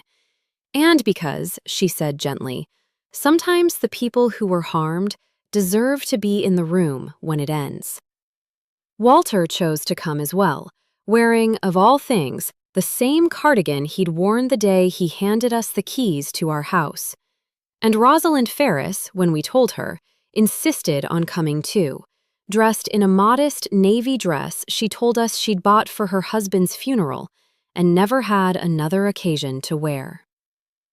The country club ballroom that Saturday night looked exactly like the kind of room Derek Higgins had built his entire life to be welcomed into. Chandeliers throwing soft gold light across white linen tablecloths, a string quartet playing near the entrance, women in silk gowns and diamonds drifting between conversations, men in tailored suits laughing too loudly at their own jokes. Diane wore a simple charcoal dress, understated, elegant, nothing like the room around her, and I remember thinking, watching her walk in beside Walter and Rosalind, that she looked like the only genuinely solid thing in a room built entirely out of appearances. Derek stood near the center of the room in a tailored navy suit, champagne in hand, laughing with two men Detective Kim later confirmed were, in fact, the potential buyers he'd lined up for our house's eventual resale. His wife Christine stood beside him, in a deep red gown and a diamond necklace that caught the chandelier light every time she moved her head, the picture of a woman who had built her entire identity around being seen at exactly this kind of event. We watched from near the entrance, Detective Kim and two plainclothes investigators positioned discreetly at different points around the ballroom, waiting for the signal. It came just after Derek stepped up to a small podium to make his annual welcome remarks for the charity, tapping a spoon against his champagne glass to quiet the room. That same easy, practiced smile on his face, the one I remembered from our very first meeting in the driveway, watching us walk through his father's house. "Ladies and gentlemen," he began, "thank you all so much for being here tonight in support of the Children's Hospital, a cause that means so much to my family." And that was as far as he got. Detective Kim moved through the crowd calmly, without any drama at all, which somehow made it more devastating than if she'd shouted, badge already visible on her belt, two uniformed officers stepping in from a side entrance behind her. The room noticed in a slow ripple, conversations dying out table by table as heads turned toward the podium. "Derek Higgins," Detective Kim said, her voice carrying clearly across a ballroom gone almost entirely silent. "You are under arrest for financial exploitation of an elder adult, fraud in connection with the sale of real property, and forgery in the use of a power of attorney." I watched Derek's face in real time, and I understood in that moment exactly what the resolution mode was going to feel like, because I saw the exact second his composure failed him completely. His smile didn't fade so much as it simply stopped existing, his champagne glass slipping slightly in his hand, color draining from his face the way water drains from a tub. Fast, then faster. "What is this?" he said, and his voice, so smooth moments earlier, cracked into something thin and high. "This is a mistake. This is clearly some kind of mistake." It was at that exact moment that Walter stepped forward from where we'd been standing near the entrance, into the open space in front of the podium, in full view of every guest in that ballroom. And I watched Derek's eyes find his father's face and understood, watching him, that this was the single moment his entire scheme had never accounted for. Not the loan, not the lien, not the buyback letter. His own quiet, frightened father, standing upright in front of 200 witnesses, no longer frightened at all. "It's not a mistake, Derek," Walter said, his voice steady, carrying farther than I would have believed a 74-year-old man's voice could carry in a room that size. "You told everyone I was losing my mind, so I would stop asking questions about where the money went. I have never been more clear-headed in my life than I am standing right here in front of you." A gasp moved through the room like wind through dry grass. Christine's hand flew to her mouth, the diamond necklace catching the light one final time as her head snapped toward her husband, her face transforming in real time from social poise to naked horror. "Derek," she said, her voice barely above a whisper, but carrying in the sudden silence anyway. "What is he talking about?" Derek didn't answer her. He was staring at his father, his mouth working without sound for several seconds, the champagne glass finally slipping from his fingers entirely and shattering against the ballroom floor. The sound impossibly loud in a room where 200 people had gone almost completely still. "Dad," he finally managed. "Please, not here. We can talk about this. Whatever this is, we can fix it privately." And this is the moment I want you to remember, because it is the moment the exact cruel phrase Derek had used against his own father, the phrase he thought would keep an old, sick man silent forever, came back to finish him. Walter looked at his son, and his voice, when it came, was quiet enough that the entire ballroom seemed to lean in to hear it. "You told me I was losing my mind, Derek. Now everyone in this room can see exactly whose mind was the one that needed examining." Rosalind Ferris stepped forward then, in her navy funeral dress, standing beside Walter in front of that stunned crowd. And though her voice shook slightly, it carried clearly across the silence. "My name is Rosalind Ferris," she said. 3 years ago, this man and his lawyer took my house the exact same way.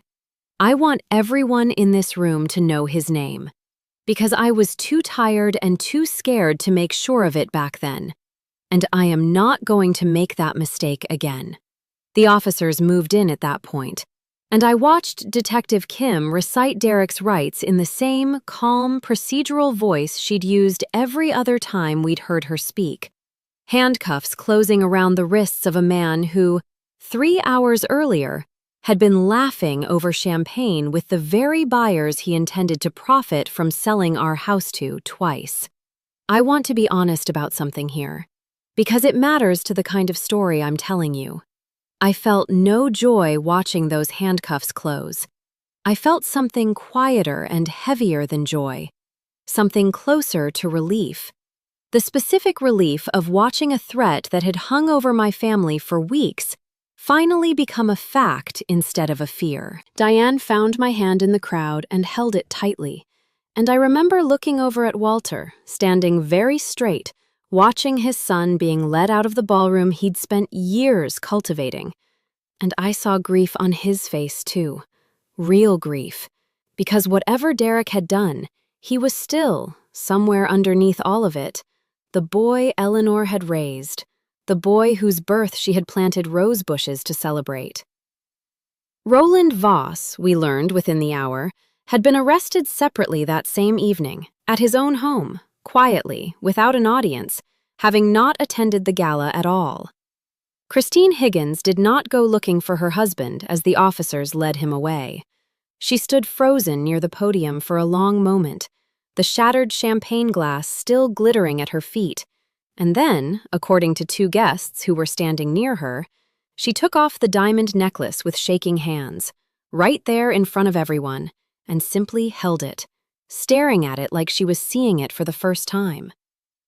I found out later, through Denise, who stayed in closer contact with the case as it moved through the courts, that Christine filed for divorce 11 days after that gala, and that in her filing she stated she had been, quote, entirely unaware of the source or scope of her husband's business dealings, a claim the district attorney's office ultimately found credible enough not to pursue any charges against her, though it did little to repair her standing among the same wealthy circle of friends who had spent years admiring that necklace.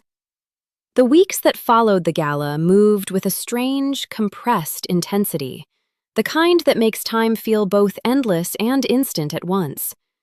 Detective Kim's forensic trace of the Silverline loan funds, combined with the recorded confession and the title company's own emails, gave the district attorney's office more than enough to pursue a full case, rather than accept any plea that didn't include meaningful restitution. Roland Voss, facing the weight of 2 documented cases with matching methodology, agreed to a plea deal that included the surrender of his law license and a 5-year prison sentence, along with his cooperation in fully documenting the scheme's mechanics. Cooperation that ultimately helped investigators identify a 3rd potential victim, an elderly widower in a different county whose sale, thankfully, had not yet closed, giving authorities time to intervene before he lost anything at all. Derek Higgins, facing the recorded confession, the forged power of attorney, and the pattern established across 2 completed cases, ultimately accepted a plea agreement as well, avoiding a lengthy trial in exchange for a sentence of 6 years, along with a restitution order requiring him to repay the full remaining balance on the fraudulent Silverline loan, satisfy the lien against our property entirely at his own expense, and pay restitution to Rosalind Ferris for the difference between what she had settled for and what an independent appraisal determined her actual losses had been. A total restitution package across both victims that Denise told us came to just over $340,000.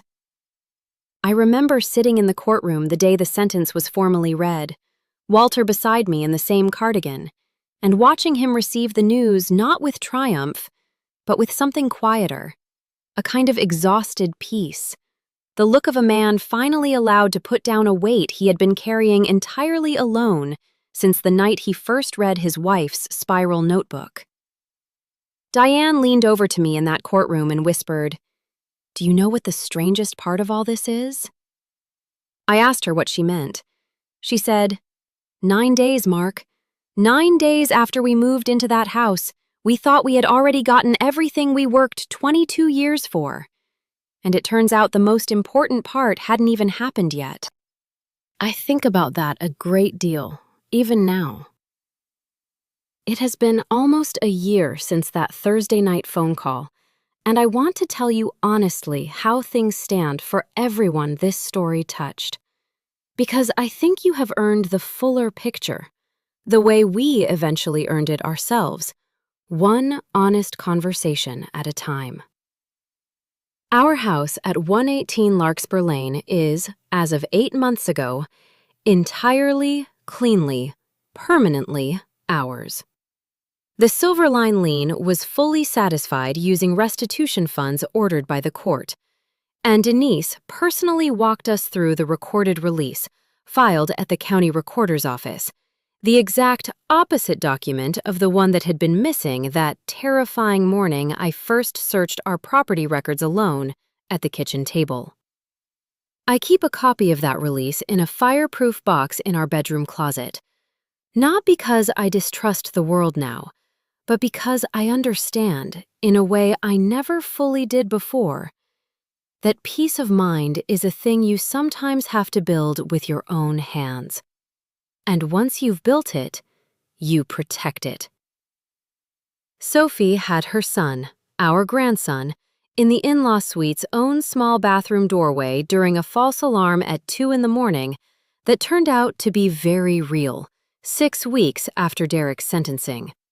And Ben made it home from deployment 11 days later, in time to hold his son for the first time in our living room, with Eleanor's roses blooming outside the window, exactly the way Walter had promised they would every spring, whether anyone remembered to ask them to or not. Walter still comes by most Sundays.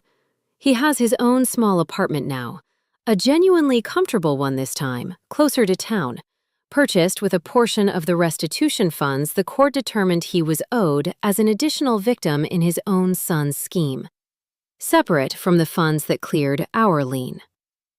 But he spends most Sunday afternoons in our backyard anyway, sitting under the oak tree where the tire swing used to hang, holding our grandson while Diane and I make dinner, telling Sophie stories about the mail route he walked for 41 years, about Eleanor, about the rose bushes, about a marriage that lasted 43 years because two people never stopped writing down the truth for each other, even in a private notebook meant for no one but themselves. He visits Eleanor's grave every Sunday morning before he comes to us. And he told Diane once, quietly over coffee, that he finally feels like he's bringing her good news instead of apologies. Rosalind Ferris received her restitution payment 4 months ago, and used part of it, we later learned, to fund a small legal aid fund at the same senior center where she still coordinates the weekly card game, specifically earmarked to help other elderly residents recognize and report exactly the kind of quiet financial exploitation that took her home the first time no one believed her. She sends Diane a card every few months, usually with a photograph of that week's card game tucked inside.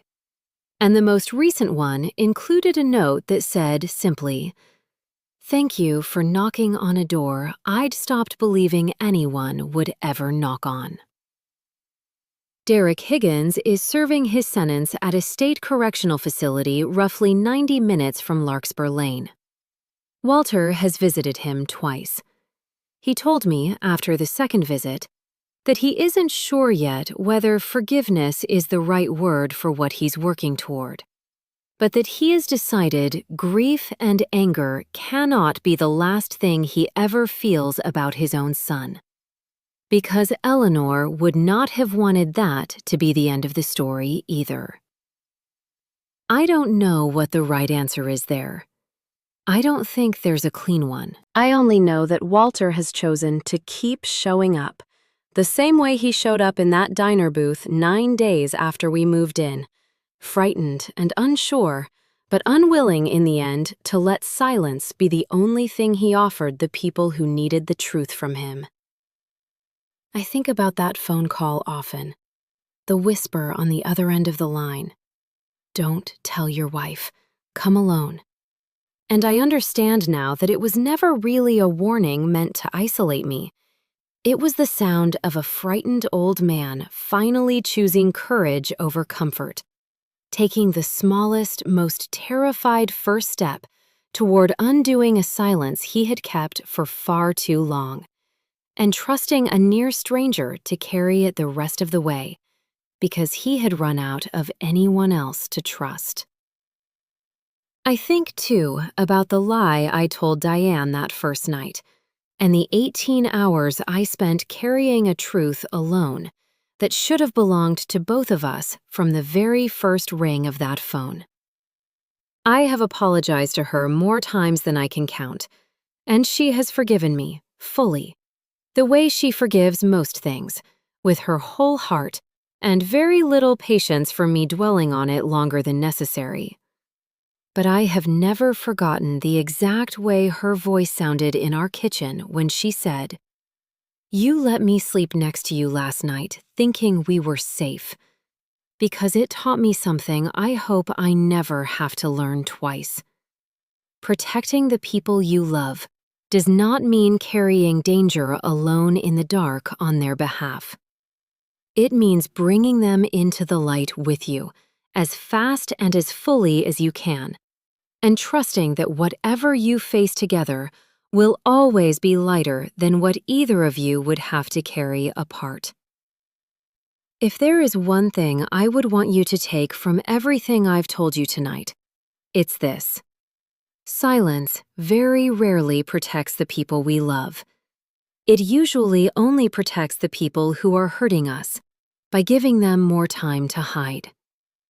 Walter's silence gave his son years to build a scheme that hurt Rosalind Ferris, and very nearly hurt my own family. My silence, even for 18 short hours, kept my wife from a truth she deserved to carry with me from the very first moment. And it was only when every one of us finally chose to speak, Walter in a diner booth, Eleanor in a spiral notebook meant for no one but herself, Rosalind on a phone call she never expected to receive, that any of what came next became possible at all.